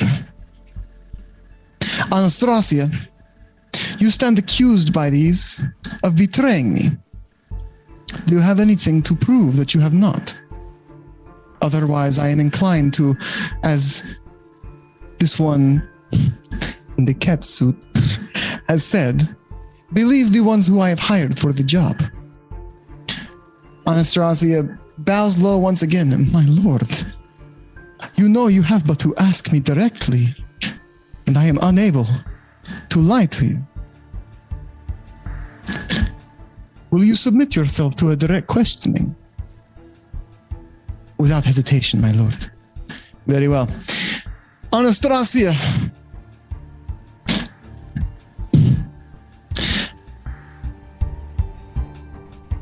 Have you, Anastasia Karlova, betrayed my secrets to any beyond these castle walls? Never, my lord. What about within? Answer his question. What about within? Have you conspired with any within these walls to spread my secrets beyond them? She stands up from her bow, looks at you first, very fiercely, before cracking a smile. Of course not, my lord. Ah. Thought we had her. You bring up an interesting point, though, Anastasia. Part of what has made this so difficult for me is that none of you are able to betray me. It's not able to harm me. That's why it's been such a difficult time trying to figure out which of you has betrayed me. But none of you can lie to me. I will leave it to the investigators. Now, I have a question, Mr. Strahd. I am talking. No, okay. I will leave it to the investigators to come up with a question that I will ask each of you. And this will be the final test to determine which of you has betrayed me. And the final opportunity for the guests to earn their prize. I will leave you a moment to consider. Before Mr. Rahadin, make sure none of my brides leave this room or harm our guests. Appreciate that. Okay. Strahd turns into a black mist, and it sinks to your feet and kind of slinks back to the back of the room and up the stairs behind you. Ah. Man, that is so cool to turn into mist. I know. One hell of an exit. What'd you want to ask him anyway? What he literally just said. Oh, okay, well. sometimes it comes, you know? Yeah. Anastasia turns to first. You tried to point the finger of my lord at me. I will not forget this. You pointed your teeth at my neck, lady. Yeah, quit seducing my husband. Yeah. I mean, we're still working through stuff, but like it was a little early, I think. Sometimes I cannot keep my hands off a man who knows how to dress himself. Oh, you're cool with this, right? Like this, like I can only keep up my facade for so long. No! She's so look at her. No! It does not matter. You have already lost your chance to enjoy this, and she gestures to herself. It's not the first time I've been told that. So what you're saying is I suggest you not forget the name of the woman you are trying to entertain. She turns to Tessel. I honestly do not see how you can put up with this man. No, he's got some really good redeeming qualities. Like I don't care. Nothing. I don't care. And she You are rude. I will remember this forever and eat you later. Excuse me, Anastasia, before you walk away without me giving my own retort. I can point the finger to whom I choose, as it is my job. It is your job. Yes, I was hired for a job. By your And I'm beloved. doing it.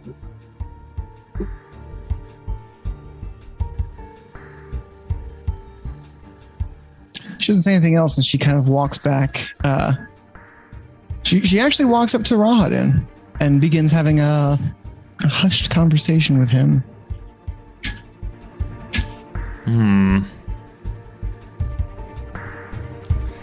So we each get a question with them? Is that what I heard? Mordecai, why don't you come and join us? Yeah, shan't I? Mordecai shuffles over to him first.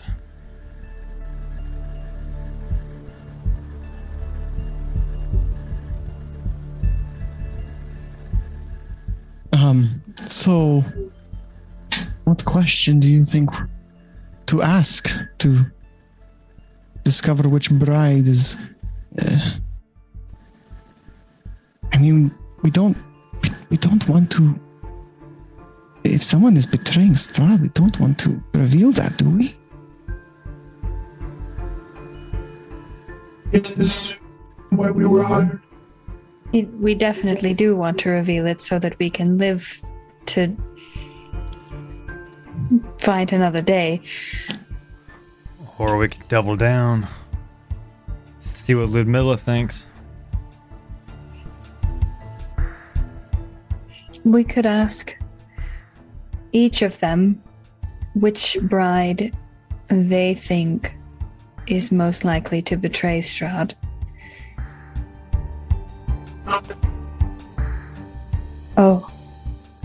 Oh, her headphone got bit through, looks like, so Yes. she has no audio. I can hear. Oh, you can hear? Okay, cool. Yeah, I have my speakers. Okay, Yeah. Just gotcha. missed a whole bunch of stuff. We're asking. Strahd has given you guys each a question to ask the three brides that they must answer to Strahd because they are unable to lie to him. Got it. Cool. Thank you. So I believe one of the questions should be,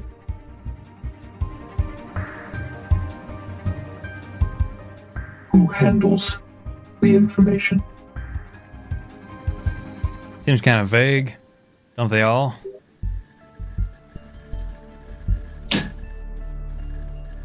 What if each person gets a different question? If we think Escher is possibly the real narc, why don't we ask him something simple like, "What's your favorite color, buddy?"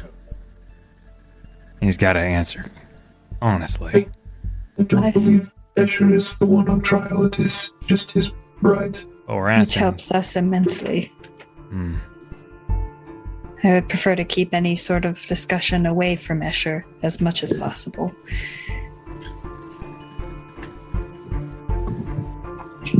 Yeah. Maybe Anastasia knows. So let's say, hypothetically, what if she was? What if Anastasia was? What kind of question would we need? I know it's kind of a devil's advocate to devil's advocate.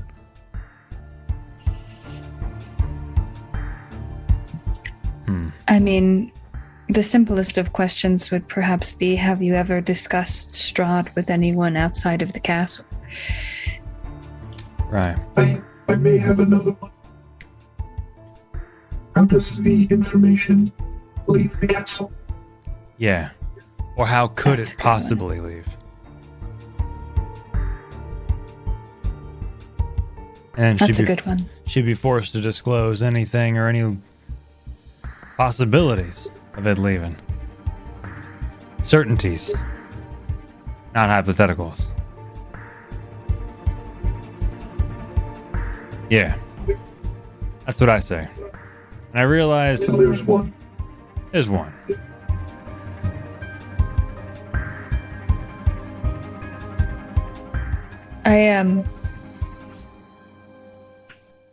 I think that asking at least one of them if they know. No. Could we just ask them all the same question? Yeah, that would be the simplest. We should ask any of them if they've ever felt the urge to betray Strahd.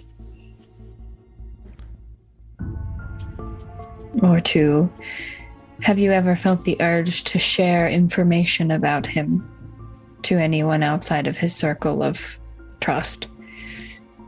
Straightforward. Yeah. We could add to that, possibly with the use of coercion. Yeah. Were you ever felt the need to, or were you forced to? Mm-hmm. Or felt like you had no other choice? Yeah. Any objections? No. All right. Well then, Mordecai leaves the circle and begins to walk in the middle of the room. How many are we all asking questions, or is it just? Was it just Mordecai and I who were given like ability to ask questions, or was it everyone? You were given the ability to ask the brides a question, whether the same question to all three or one question per, or like a different question per bride. Okay. Okay, so 3 total. Or one to ask all of them. Okay, I misunderstood. Okay. Yeah, it's kind of dealer's choice, whether it's one for everyone or one for all or all for one. And it's just the wives, so we don't have to worry about Escher at all. So yeah, Yes. So same question to all 3, in my opinion. Yes. All right. Same scene, walks away from the circle, kind of gesture with his body language that we're ready. The smoke that exited the room comes down the stairs once again, past your feet, and forms up to be Strahd, once again sitting in his throne. He looks over to Anastasia, who's still standing close to the throne talking to Rahadin, and glares at her for a moment before she takes her spot standing next to the other brides. Now, he turns to first, and then looks to Mordecai, then back to Fame, Arnie, and Thistle, and Irene in the back. Have you decided on what you are going to ask my brides? Yeah, we have. Excellent. You ready? Ready. Okay. Well, what we'd like to ask is, have you ever felt the need or urge to disclose information that is exclusive to Strahd himself or his circle to anyone that would get to outside of these walls, be it through coercion, impulse, or even through the feeling that you needed to have, that you had to. The feeling that you had to, yeah. Anastasia steps forward. I have never before in my life for a moment considered betraying my lord, nor his secrets to any beyond these walls. Ludmilla, after a moment, as Anastasia steps back, you notice she was kind of half glaring at Anastasia. My lord, I have been your bride for hundreds of years. I know my place is vicarious, and I would do nothing to risk that. I would never consider betraying anything of your secrets to any who would be outside of the council that you would trust in with. I know that if I did, I would be the first to be thrown into the catacombs. Strahd kind of nods and then looks to Valenta. Valenta, hands folded in front of her, steps forward.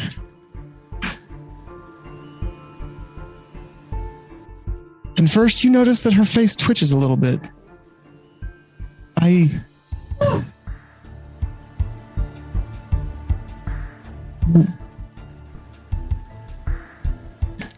She begins to... Shit. She looks confused for a moment. I would never... I would never... She begins to get frustrated with herself, it seems like. My lord, See, you heard her. Every fiber of my being, I wish to serve you.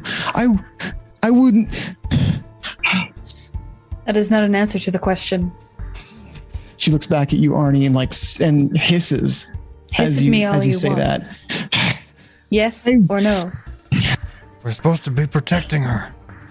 I would never... Strahd leans forward.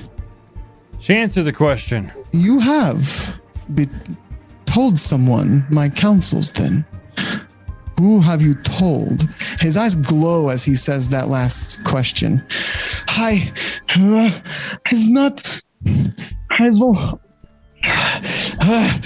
She turns to Mordecai, who asked the question, and she lunges at you.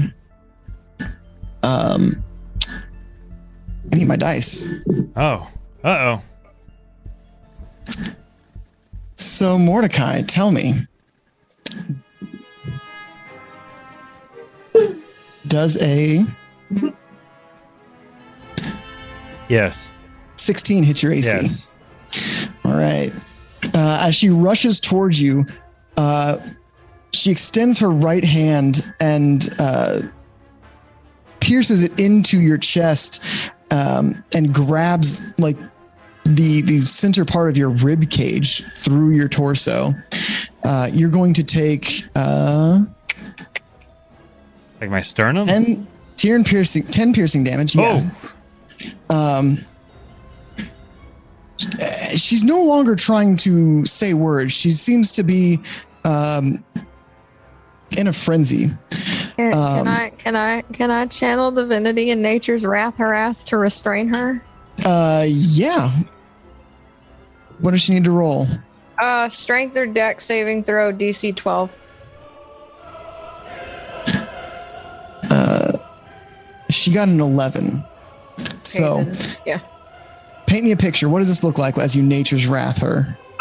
So I just kind of like, as she attacks my husband, I get mad and I basically just kind of reach out with my hands and just call forth these spectral vines that just wrap around her arms and pull her like away from him and restrain. So she's gripping his like fingers through the rib cage, like around his, like into his sternum. Yeah. So she's restrained by the vines, but Mordecai is restrained by her. As you do this, she looks over at you and hisses. And again, just like Anastasia, her mouth elongates. You see behind the bone mask, her eyes glow red, fiercely fiery eyes peer into your soul. As this all happens, Strahd on his throne shouts, "Enough!" And a clap of thunder echoes right outside the window of this room. And in a moment, Strahd is beside Valenta. He grabs her by the shoulder, grabs her wrist that is in Mordecai's sternum, and pulls it out. Mordecai, you're going to take another 5 piercing damage as her hand is ripped from your chest. He then he then pulls her from your nature's wrath and throws her against the wall. Volenta, as much as I admire your ferocity, you have raised hands against not only those who have my protection under guest rights, but those who I have charged with finding, it appears to be you. Now, before you earn my ire further, you will tell me who it is you have told my secrets to. You see the fury behind this mask, the glow of her eyes diminish as she begins to try to form these words.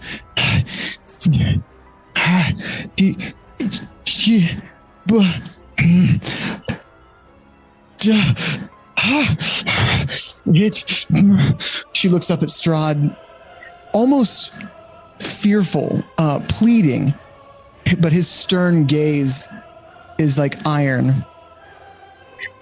As she gets more and more agitated, you see the red in her eyes is returning, but this time it's not the anger of fire, but it's a blood red. And as she says one word, Baba, before her head explodes. No. Oh. Ah. I just accidentally rolled some dice and I was so shocked. Oh. Disgusting. Strahd turns over and looks at Rahadin. Have Cyrus clean this up later. The rest of you are dismissed. Ludmilla walks to Gertruda and kind of puts her arm around her comfortingly and leads her away. Ludmilla heads up the stairs instead of down to the upper floors.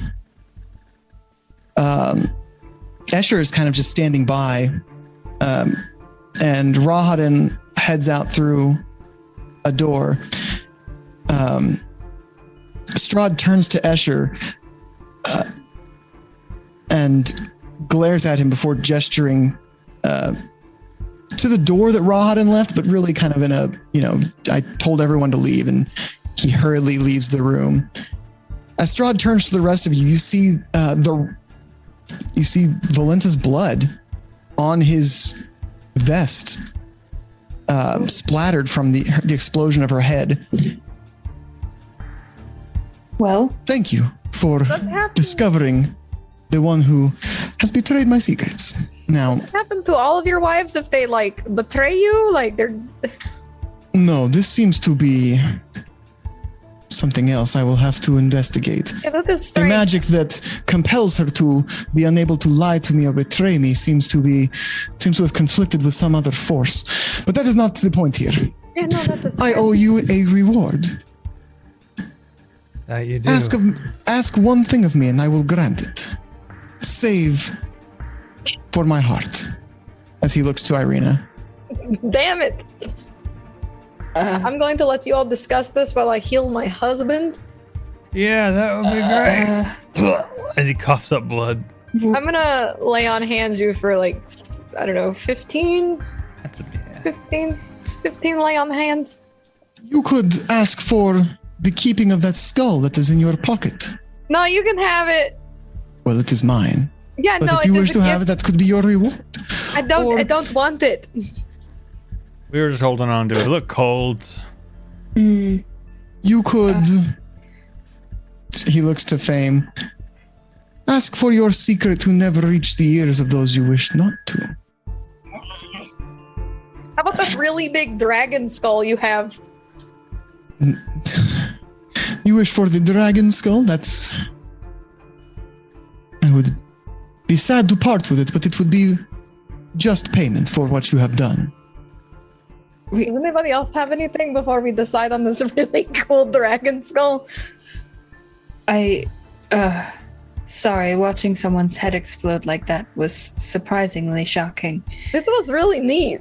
I mean, terrifying. Fame from the back speaks up. You said that we could potentially leave. You would let us go. Yes, I did say that. Is that what you wish? I don't. She looks over at Valenta's body with an exploded head. I don't want to be in Barovia a second longer than I have to. If that is what you wish, I will let you be. He picks up Valenta's body and carries it princess style. The headless torso of this woman. He does pick up the mask and kind of place it on her chest before leaving. A horrible idea. As he walks past and begins to head up the stairs,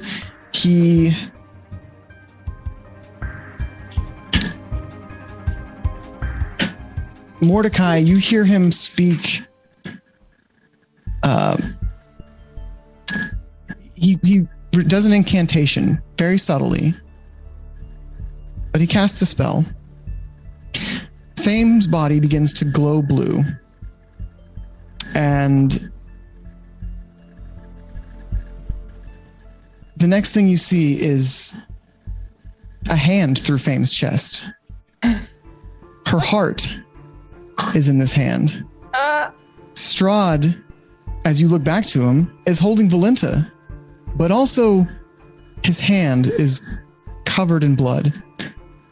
Fame looks down at the hole in her chest and up to the rest of you. before falling over dead. No.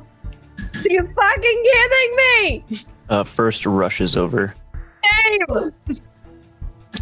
slides on his knees, and he's gonna see what he can do.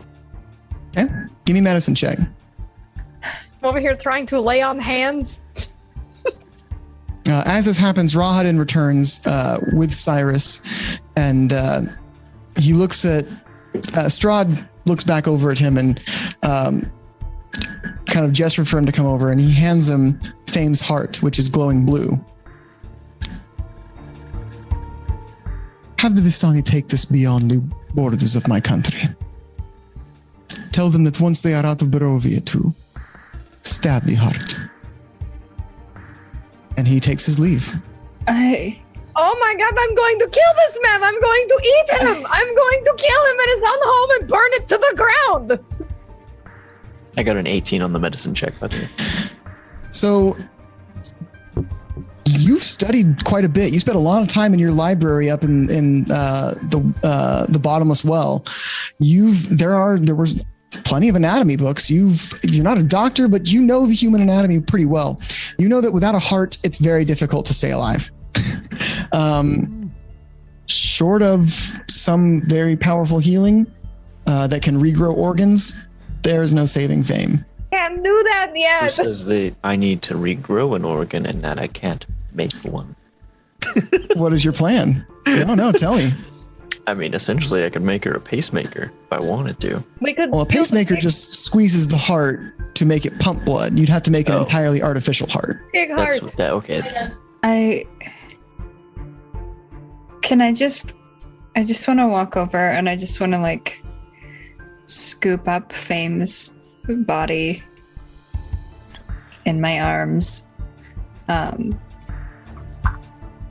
I'm gonna just sort of like just staring at her face. I'm just gonna say, I think it's time that we leave. Yeah. Before I do something terrible, like hand him the skull and say, "Here is your new wife's face." I just have tears just streaming down my face. I can fix her. Can you? I can fix her. Can you do that right now? I will fix her. Oh,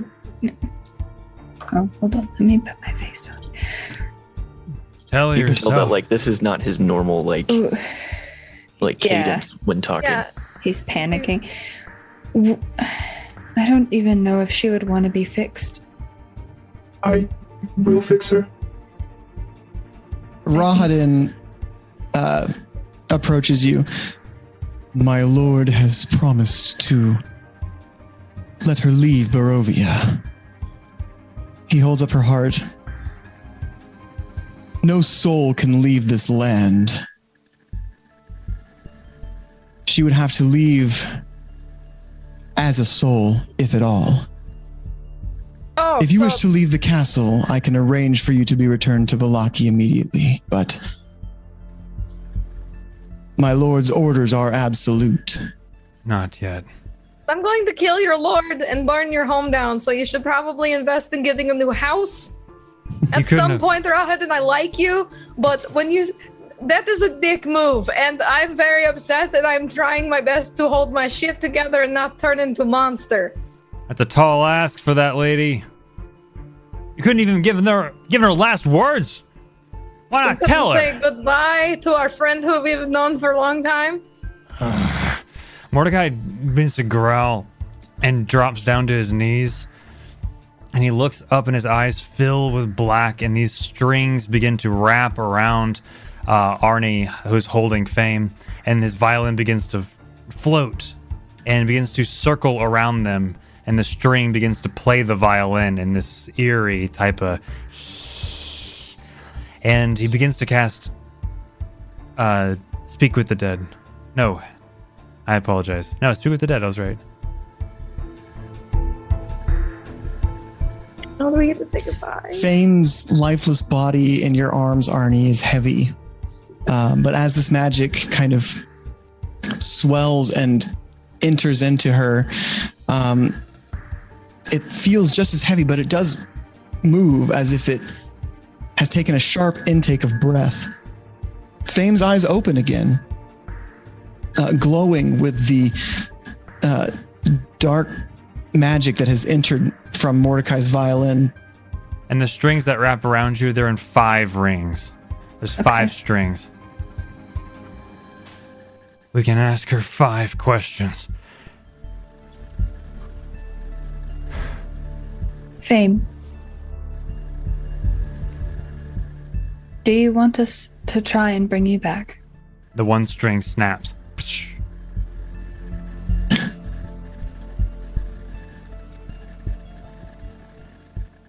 No. But I will fix you, Fame. I will fix you. I promise, I will fix you. Put a hand on First's shoulder.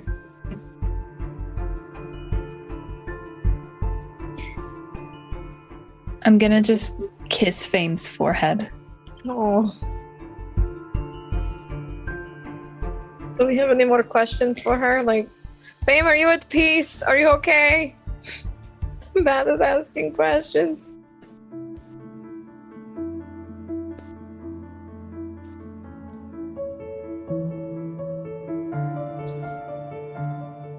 I'm not living in fear anymore.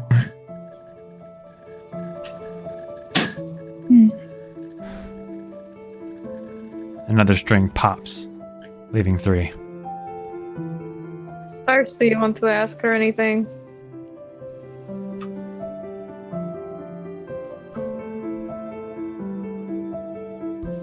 First is that like fumbling with just parts and things, like just trying to like put something together.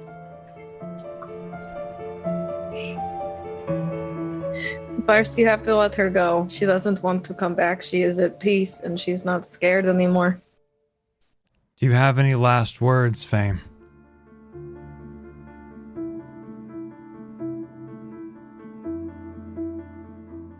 Sorry.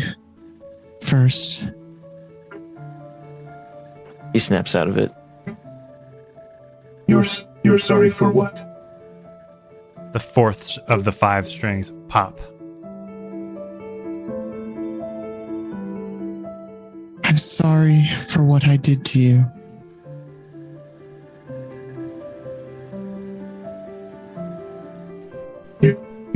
You didn't do anything to me. What do you think you did? The last string pops. She seems to take another breath. Not an actual breath of air, but her body swells as if she has taken another breath. I was the one who killed your family.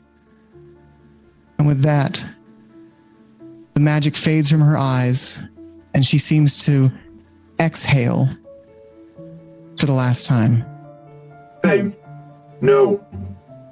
No. No. Mordecai picks up his violin that crashed to the ground at when the last string popped. And he walks away. Gonna console First over here, who's yelling. I'm gonna just start heading towards the door with Fame in my arms. First, let us leave. We will give her a good burial, and we will figure all of this out. He silently stands. Yeah. Go ahead, sorry. I was just saying he silently stands and is just essentially just being coerced wherever he's completely like void. Irina, who walked over to the window to look out at, hears you guys kind of moving to leave and silently follows behind you. And as you all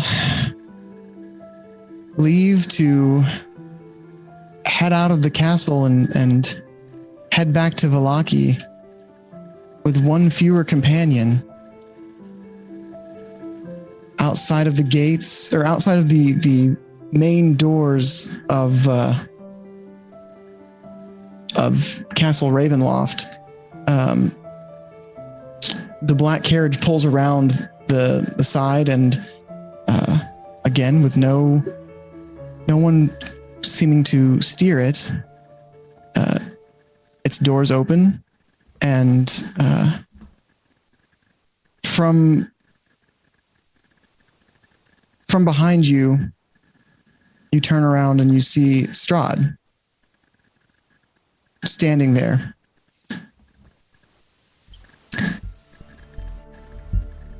I suppose this is where our lovely evening comes to an end.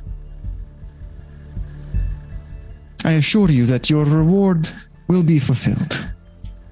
And I thank you again for discovering the one who has betrayed my secrets.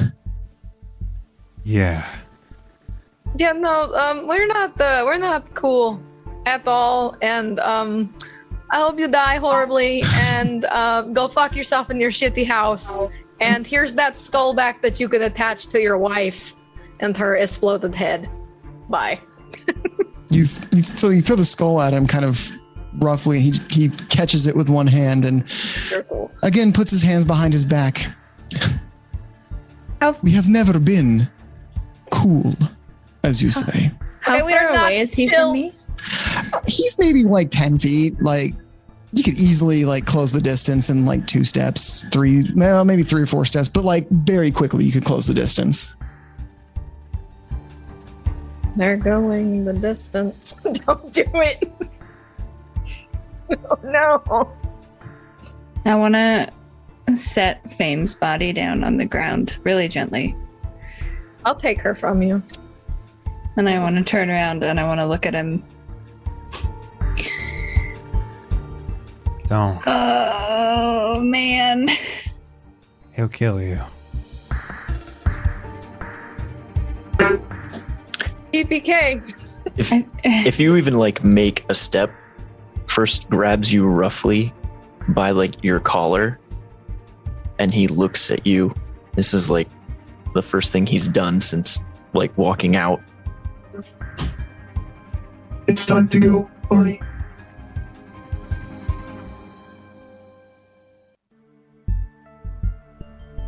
You're right. And I'll take her body back.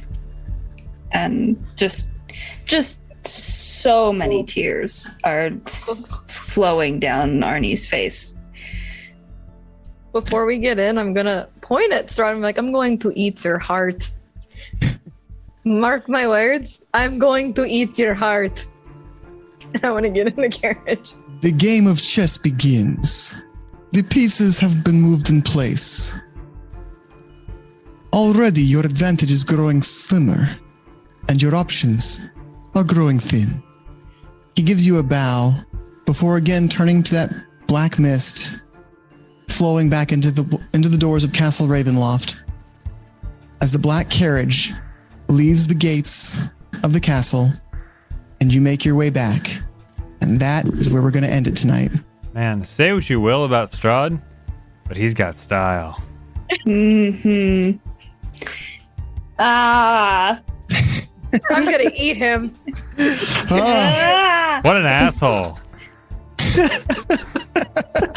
Man, it's like you kind of forgot that he was a monster this whole time. I didn't forget. I told him every time I saw him. I mean, literally every time. You were treating him fairly civilly. You were working with him, and Yeah, but we would die. They were following my example.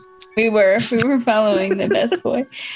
all right. Wow. So let's move to our campfire chat and Yeah, let's break that shit down. talk about our feelings. Let's talk about our I have feelings. so many emotions. You couldn't see it behind the 2D, but I might have been crying a little bit. I was getting misty, and then maybe crying over my headphones, which are broken. I really, That's also sad. I mean, Jen needs to take the time she needs for her own mental recovery, and 100% fine with that. I'm a little sad she wasn't here for this because I'd talked to her about this, and I thought it could have been like, I tried to do Fame justice I think I did okay, but I mean, I'm not Jen, so I'm a little, made me a little sad, but you know. You did good. You did good. You did right by Fame. I thought so. I wanted to, this whole coming to Strahd's castle, I wanted you guys to be very on edge and scared. I wanted to throw you off by how polite and welcoming everything is, and then have a bunch of, you know, moments where I throw you back in of, oh yeah, this guy's not just like a bad guy, he's a monster. Yeah. And I really wanted to end it with a powerful gut punch. Well, we came to the castle saying all of us are going to get out alive. It's one of the first things we said before we walked through those doors, and we're leaving with one less person. That hurts. Regardless of I am going to eat his heart. I think Arnie would help with that. Yeah, like Arnie's like, no, it's okay, I got it. Eat Strahd and become the most powerful werewolf vampire ever. And we're leaving without Irina. No, Irina's with you. She's with thank us. God. Okay. Yeah, she followed us out. That was because that was one of the bigger things. You guys were very like, Irina is leaving with us, and Irina was also very, I'm leaving with you guys. You're not leaving. I'm not staying here. We gotta shave her head. Leave me. Yeah, we have to shave leave, her head. forgot her, and we're like, damn it. Shit. We failed twice. Damn. We got distracted again. I'm gonna make her so ugly to Strahd he won't want to date her or steal her or We can anything. change how she looks, yeah. You can just scar up her face a little bit. Isn't there, we can find her a belt of gender swapping? Because we know There he we doesn't like go. guys. Just belt of dwarven kind. Have a girl with a really big beard. A big bushy beard. So, the big takeaway, of course, from this is that Fame is dead. Yes. Jen's character has died in a very dramatic way. It's my first I thought Arnie was gonna TPK us, but it was real close. I think if First hadn't have said anything, Arnie would have absolutely just gone and like no holds barred. I heard it because I've had that same tone from Miz so many times, so I knew it. I was like, oh, Pond is like, this is what Arnie would do, but damn, is it a mistake? yeah, that's exactly. Because I'm like, I'm gonna kill everybody if I do this. Nope. But like, I but was also about to maybe go in just with me. you. I was Who like, knows? If Pond rages, I'm going. I'm going. We're doing it. We're doing it. Yep. It was real close. But you guys got some more information. There was a lot that was layered in here. Arnie definitely noted the Baba name. Like, and Arnie's like, okay, so we got to find someone named Baba who's looking for information on Strahd, obviously. It wasn't the enemy of my enemy and all that.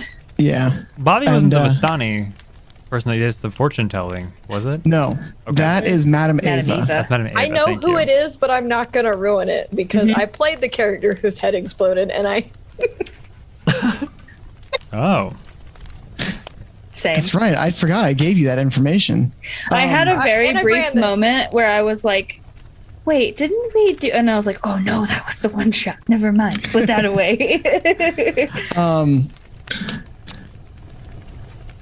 I also threw in that there was a werewolf howling in the basement there. Yeah. And now I gotta go break back into this damn place.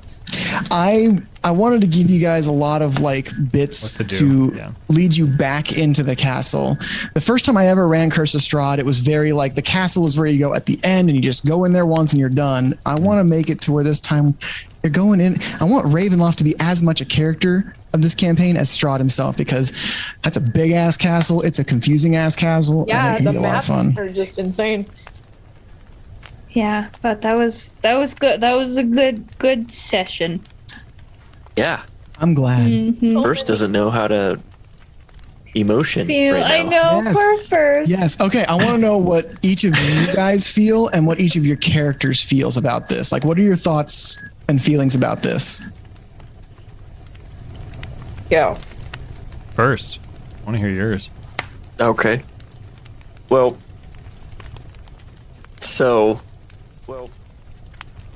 I like how this played out because Jen and I had like put together like in our backstory that, you know, she was the one that was hired to sabotage the project. And so she came and kind of joined up with me after seeing that, like, I was like almost human in a way, you know? Mm-hmm. So player me is like, that was perfect. That was the perfect delivery of that information. First me is like, he's like the inside of SpongeBob's head when all of the SpongeBobs are running around looking for files and papers. Yep. We threw out his name. Yeah, that is first currently. Okay. Like, does not compute. I was having a real tough time. Like, I was trying to feed that in because I really wanted there to be a dramatic moment where, because Fame's whole thing was she was very afraid that First would find out. And so with other plots going on, I was trying to like bring that in, but you guys were so good about, like, especially Jen was very good about like, nope, shut that down so that he'll never know. So when you came to Barovia, I was like, oh, Strahd's interested. He's going to do things. He knows magic. He has powers. He's going to figure things out. He learned very quickly Fame's secret. And I've been like sprinkling that teasing in the whole time. If you go back and watch some of the stuff on YouTube, you'll see like Strahd bringing that stuff up, and Jen gets very nervous. Yeah, I remember every bit of it because I was watching for that. Yeah, well, I mean, but it was so good. Like, I saw you like I could tell, like, your face didn't really show much, but I could tell that you knew. Well, the rest of us didn't know at all. I had no idea. Yeah, I'm really glad I cast Speak with the Dead. Yeah, Thanks, dude. That was a clutch perfect. move. Because that shit, I don't know how else that would have come out. Oh my god, that was so perfect. When the second to last question was like, do you have any last words? I was like, perfect. She'll leave something vague out, and then I knew Zach would take the bait and be like, wait, what? And then she could reveal, bum bum bum. Oh, Bum, bum. so good. Yeah, I thought the cinematic part of the spell with the strings kind of around it popping, like, kind of I enjoyed suspense of each question kind of like hitting your heartstrings in a way. Was and all around Arnie holding Fame's body was just an image. Like, like I want that. Like, I don't know how much we need to pay to have that like drawn, but that's a cool fucking image. I had I loved the image of Strahd princess carrying the headless body of his bride, and Arnie princess holding Fame's body, and as just two polar opposite reactions to losing someone close to them. Like, Strahd's business, he almost doesn't care, but it's such a personal thing to everyone, and just the image of two people holding this dead body. Oh god, I love that mental image, and I was honestly thinking, like, man, I might get that commission for the group. Fuck, that's beautiful.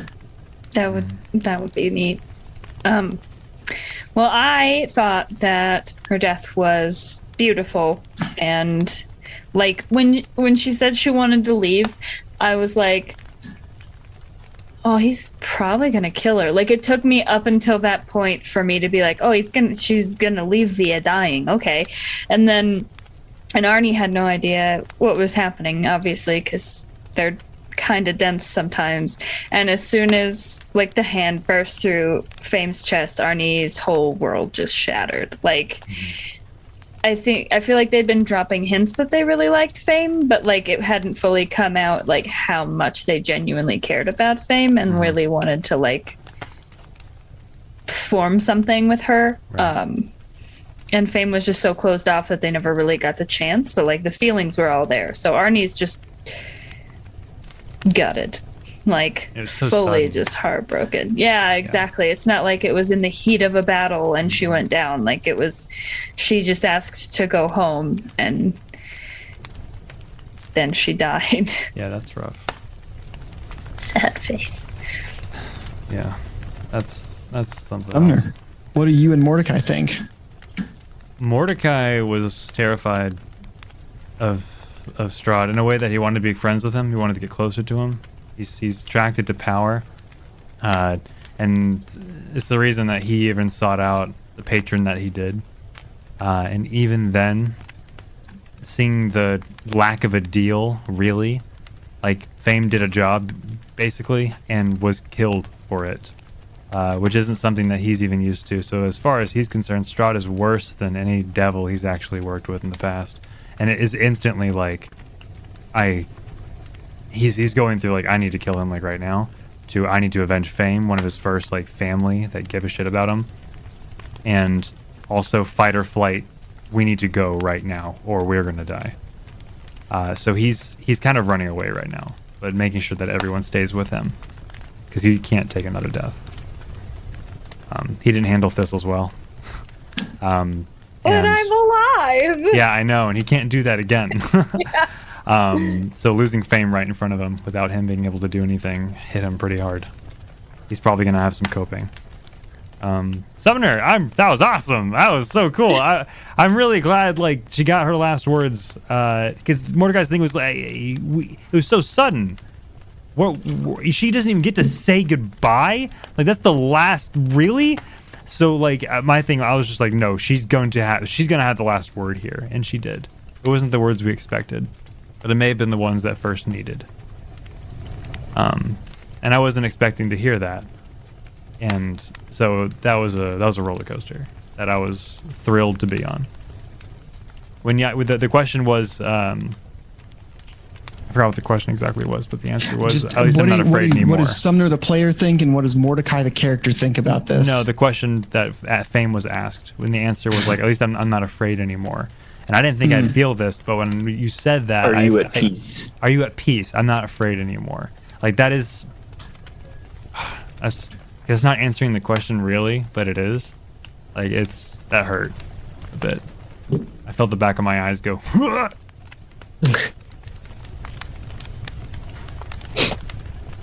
right.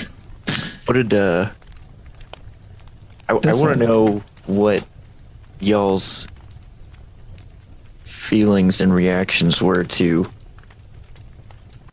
first showing like an inkling of emotion. First shown some emotion in the past, but it's always been like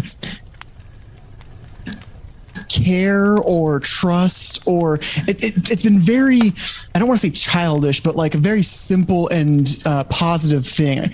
And so to see First, because First hasn't even ever been really like sad or upset. This is the first time First has been hurt in a way like this. And it's, if I were not the DM and it wasn't my job to create drama and good moments, I would be up in arms like, who hurt my boy? Oh boy. My boy. Congratulations on your first emotion. It's pain. Thanks, Fruit Potato Man. I contemplated also making Fame another one of Strahd's brides, so she would essentially become an NPC and have that level of like interaction and hurt. But based on how things were going in the story and Fame's personality, it wouldn't really. Strahd would have been interested in making Fame a bride, a minion, someone. She has interesting abilities, and he is. He's interested in that, but he has other focuses right now, and I felt that turning her into a villain would have been emotionally and dramatic in a different way. But I think I decided on having her die to fulfill this "you can leave" idea would just put an exclamation point on the direness of this situation. Right. All the better. Well, before we go into a raid or anything, I want to go over all the memes that were submitted through the Discord. So, does anyone have any thoughts before we move on to meme time? Didn't ask me. Oh, I didn't? Oh, no. I thought we did. Oh, my goodness. I'm going back. Rude. I'm so sorry. Thistle. Rude. No, Tell that us is your rude. feels. Please tell us. You know, I just had a lot of emotions about it, okay? Yeah. Oh, no, I called it when we were before we joined. I was like, oh, by leave you mean die? Damn. When that happened, I was like, Yeah. I see you. But I was still sad because it's Fame. She's been with us forever. And now Thistle's gonna eat Strahd. So Yeah. I mean, she's been with you since you guys fought the troll and Sturges at the. I have to go tell her husband, Sir Reginald milked him. His wife is dead. I love it. Oh my god! How much gold did Reginald get? He took out a life insurance policy, and now she's gone. Oh, did we loot Fame? We still have her body. Okay, good. Yeah. Fame. Oh my god. What? She has been dead for 10 minutes. Mordecai, making hey, sure. can I just hold her body for just a second? Let me just. Or, I'm holding her by her pockets. Yeah, I'm thank just you, K holding- Murdoch. K Murdoch says, "Did we loot?" See, I told you, it's not just me. It's not weird to Oh my think God. that. Do I get to do a crazy funeral rite and eat Fame? And by the way, I haven't the heart to say this, but you've had the last of your spicy jerky like 5 times. So Have I? the next time you have the last of your spicy jerky, we're gonna know where it's coming from. Oh So- no. Oh yeah, that's- it's Fame. I didn't know that she'd had Is her that too last. morbid? I knew she was running low, and I I was thought like, I don't remember. she's not getting it replenished anymore. Yeah. But No, it's really funny because it's kind of like, oh, I've just found more. Oh, I found more. Like it's like, what? I how just many have really pockets? deep pockets. I mean, she Exactly. has Father Lucian. Not Yeah, Father I Lucian. did Father get Donovich. some meat off of him. It's like, wow, I had way Notice more that than I thought. punctuation isn't agreeing with you, says K Murdoch. All right, Do we loot? I get to eat Fame, so fun. I'm excited for that next Did week. we loot? I'll we'll see if Arnie helps? Question mark. Cries while eating their beloved. It's a funeral, right? You get to, Yeah. Yeah, something. You gonna Something. Jeffrey Dahmer this pond? You're just gonna like. Oh. Yeah, Now that's I'm how it's uncomfy. Okay, let's go to Talked about meantime. eating someone you love. That's Meantime. very uncomfortable in general. Like, I mean, fair. So, let's see who's some. This is probably. Yeah, This who are looks we like a Potato rating? Man special. Oh, yeah. yeah. So this is Thistle being shown. Mordecai showing off where Richard said punching is not affection. That is so funny. Wow. Because Richard is a character we made up. we never even have time to meet this character, but he's there. on our off time, we just go to couples therapy. Yeah, downtime couples therapy. I'm a little bit of a sucker for like ultra relatable, out of place like relationship nuance. Is there a couples therapist in Barovia named Yeah. Richard? Hey, if there's talking rats that can There is run now. our restaurant, there's damn well be a Richard don't They therapist. are not talking. Thistle can talk to animals. Details. This isn't Cinderella, dude. Yeah. Yeah, Rats no. are smart. That's fantasy. That's Yeah. I don't know what this is, but I Curves don't of- hate it. It's the curves of that Strahd. booty. Curves of Strahd. Oh, I should have realized. Well, I like it. Perfect. I like it. Thanks. Dylan Oh my posted God. that. Stop it, he's already dead. He's already dead. Oh my god, the corpse hanging thing. That was ridiculous. I forgot about Stop, that. he's already dead. I didn't mean to do that. Oh I mean, my when god, you this. roll like a 20 on a strength check. This I got is a 28 because This one got yeah. me. Gertruda's like, hey, fuck. It's like really. Oh my So how are god. we gonna like really fuck over Strahd? Gertruda's like, we're gonna what now? No, we're gonna Scared paint the him. shit out of us. like our French girls. Yeah, and then meanwhile, I see Gertruda standing there and y'all are all just talking. I'm like, I can't interrupt yet. It's rude. It would be It's rude. You just earmuffed her. Just clank. So Gertruda. Accidentally kills her. That works too. The party looking through a registry, and Strahd's just like, "Hey, what's up?" I really liked having Strahd just show up randomly and just being like, "Yeah, I'm here, guys. You didn't even know I was behind you. Hey, how's it going? Hey, how's it going?" Hey, how you doing, after little mama? Strahd asks a question. Funny. Just super nervous, like, I'm gonna spill the beans. and finally, everyone watching tonight is, yo, what the fuck?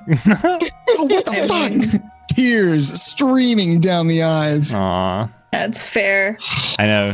I saw everyone got upset in chat, and I'm like, Oh, we also have to show off art gallery. oh, do we? Yep. There's a good one. Oh It's my not a meme, god. but man, it's funny. That's me, will I? Oh my goodness. Objection. Oh my god. Thank you, Havoc. That's I would like to fantastic. make a correction. Mordecai is the one who said objection, but No, he said it, then I first in said, the yeah, Powdered Wig law objection. book But yeah, is close enough. brilliant. I love his little wig. Oh my god. Thank So you. good. And That's you had amazing. You had the shift. We have the shift weave, so for all intents and purposes, that's canon. That's I exactly mean, we what he did looked say like. that you guys put first in like a nice lawyery outfit. That Yep. could just be a powdered wig. That's it.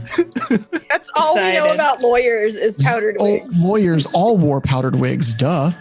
We were like the briefcase that Arnie had. This doesn't seem to be helping us. Let's do the wig. So Put it on his head.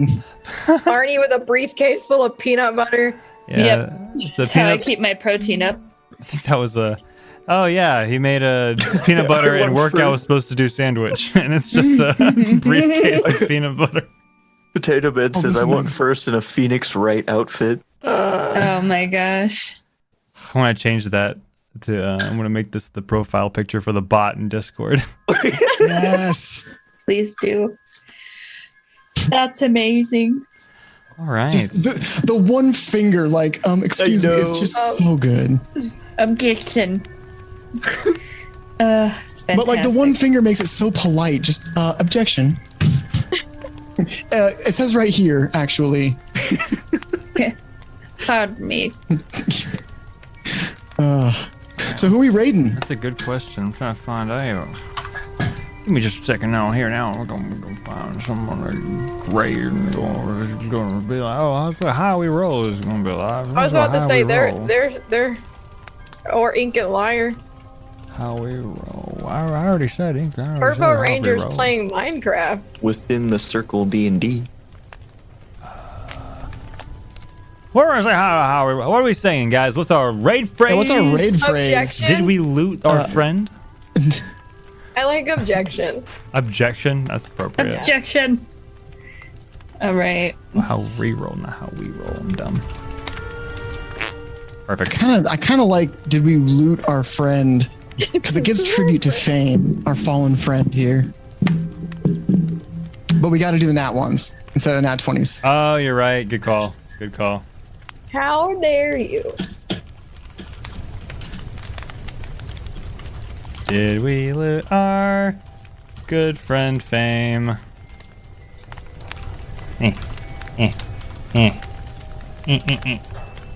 And I'll throw some super hugs in there. Oh yeah, super hugs for sure. Yeah. Nat 20s, Potato Man. We're sad today. We're sad. I said we're sad today. All right, guys. Thank you so much for all the love tonight. We're super happy to be back. And we have so much good stuff going on. We'll have a full week schedule coming out very soon. Right now, it's going to be Monday through Thursday, and it's going to be sick. So keep your eyes peeled out on our social media and our Discord. We'll be happy to just... Mondays are going to be Strahd for a couple more weeks before we roll out our big changes. Yeah, I'm very excited for. Yeah, we're done waiting. We're there. We're ready. All right, guys. Ready. Take care. Bye, friends. Happy adventuring, guys. Bye, friends. Have a beautiful time. Oh, somebody just raided as we left. Well, well, they got dumped into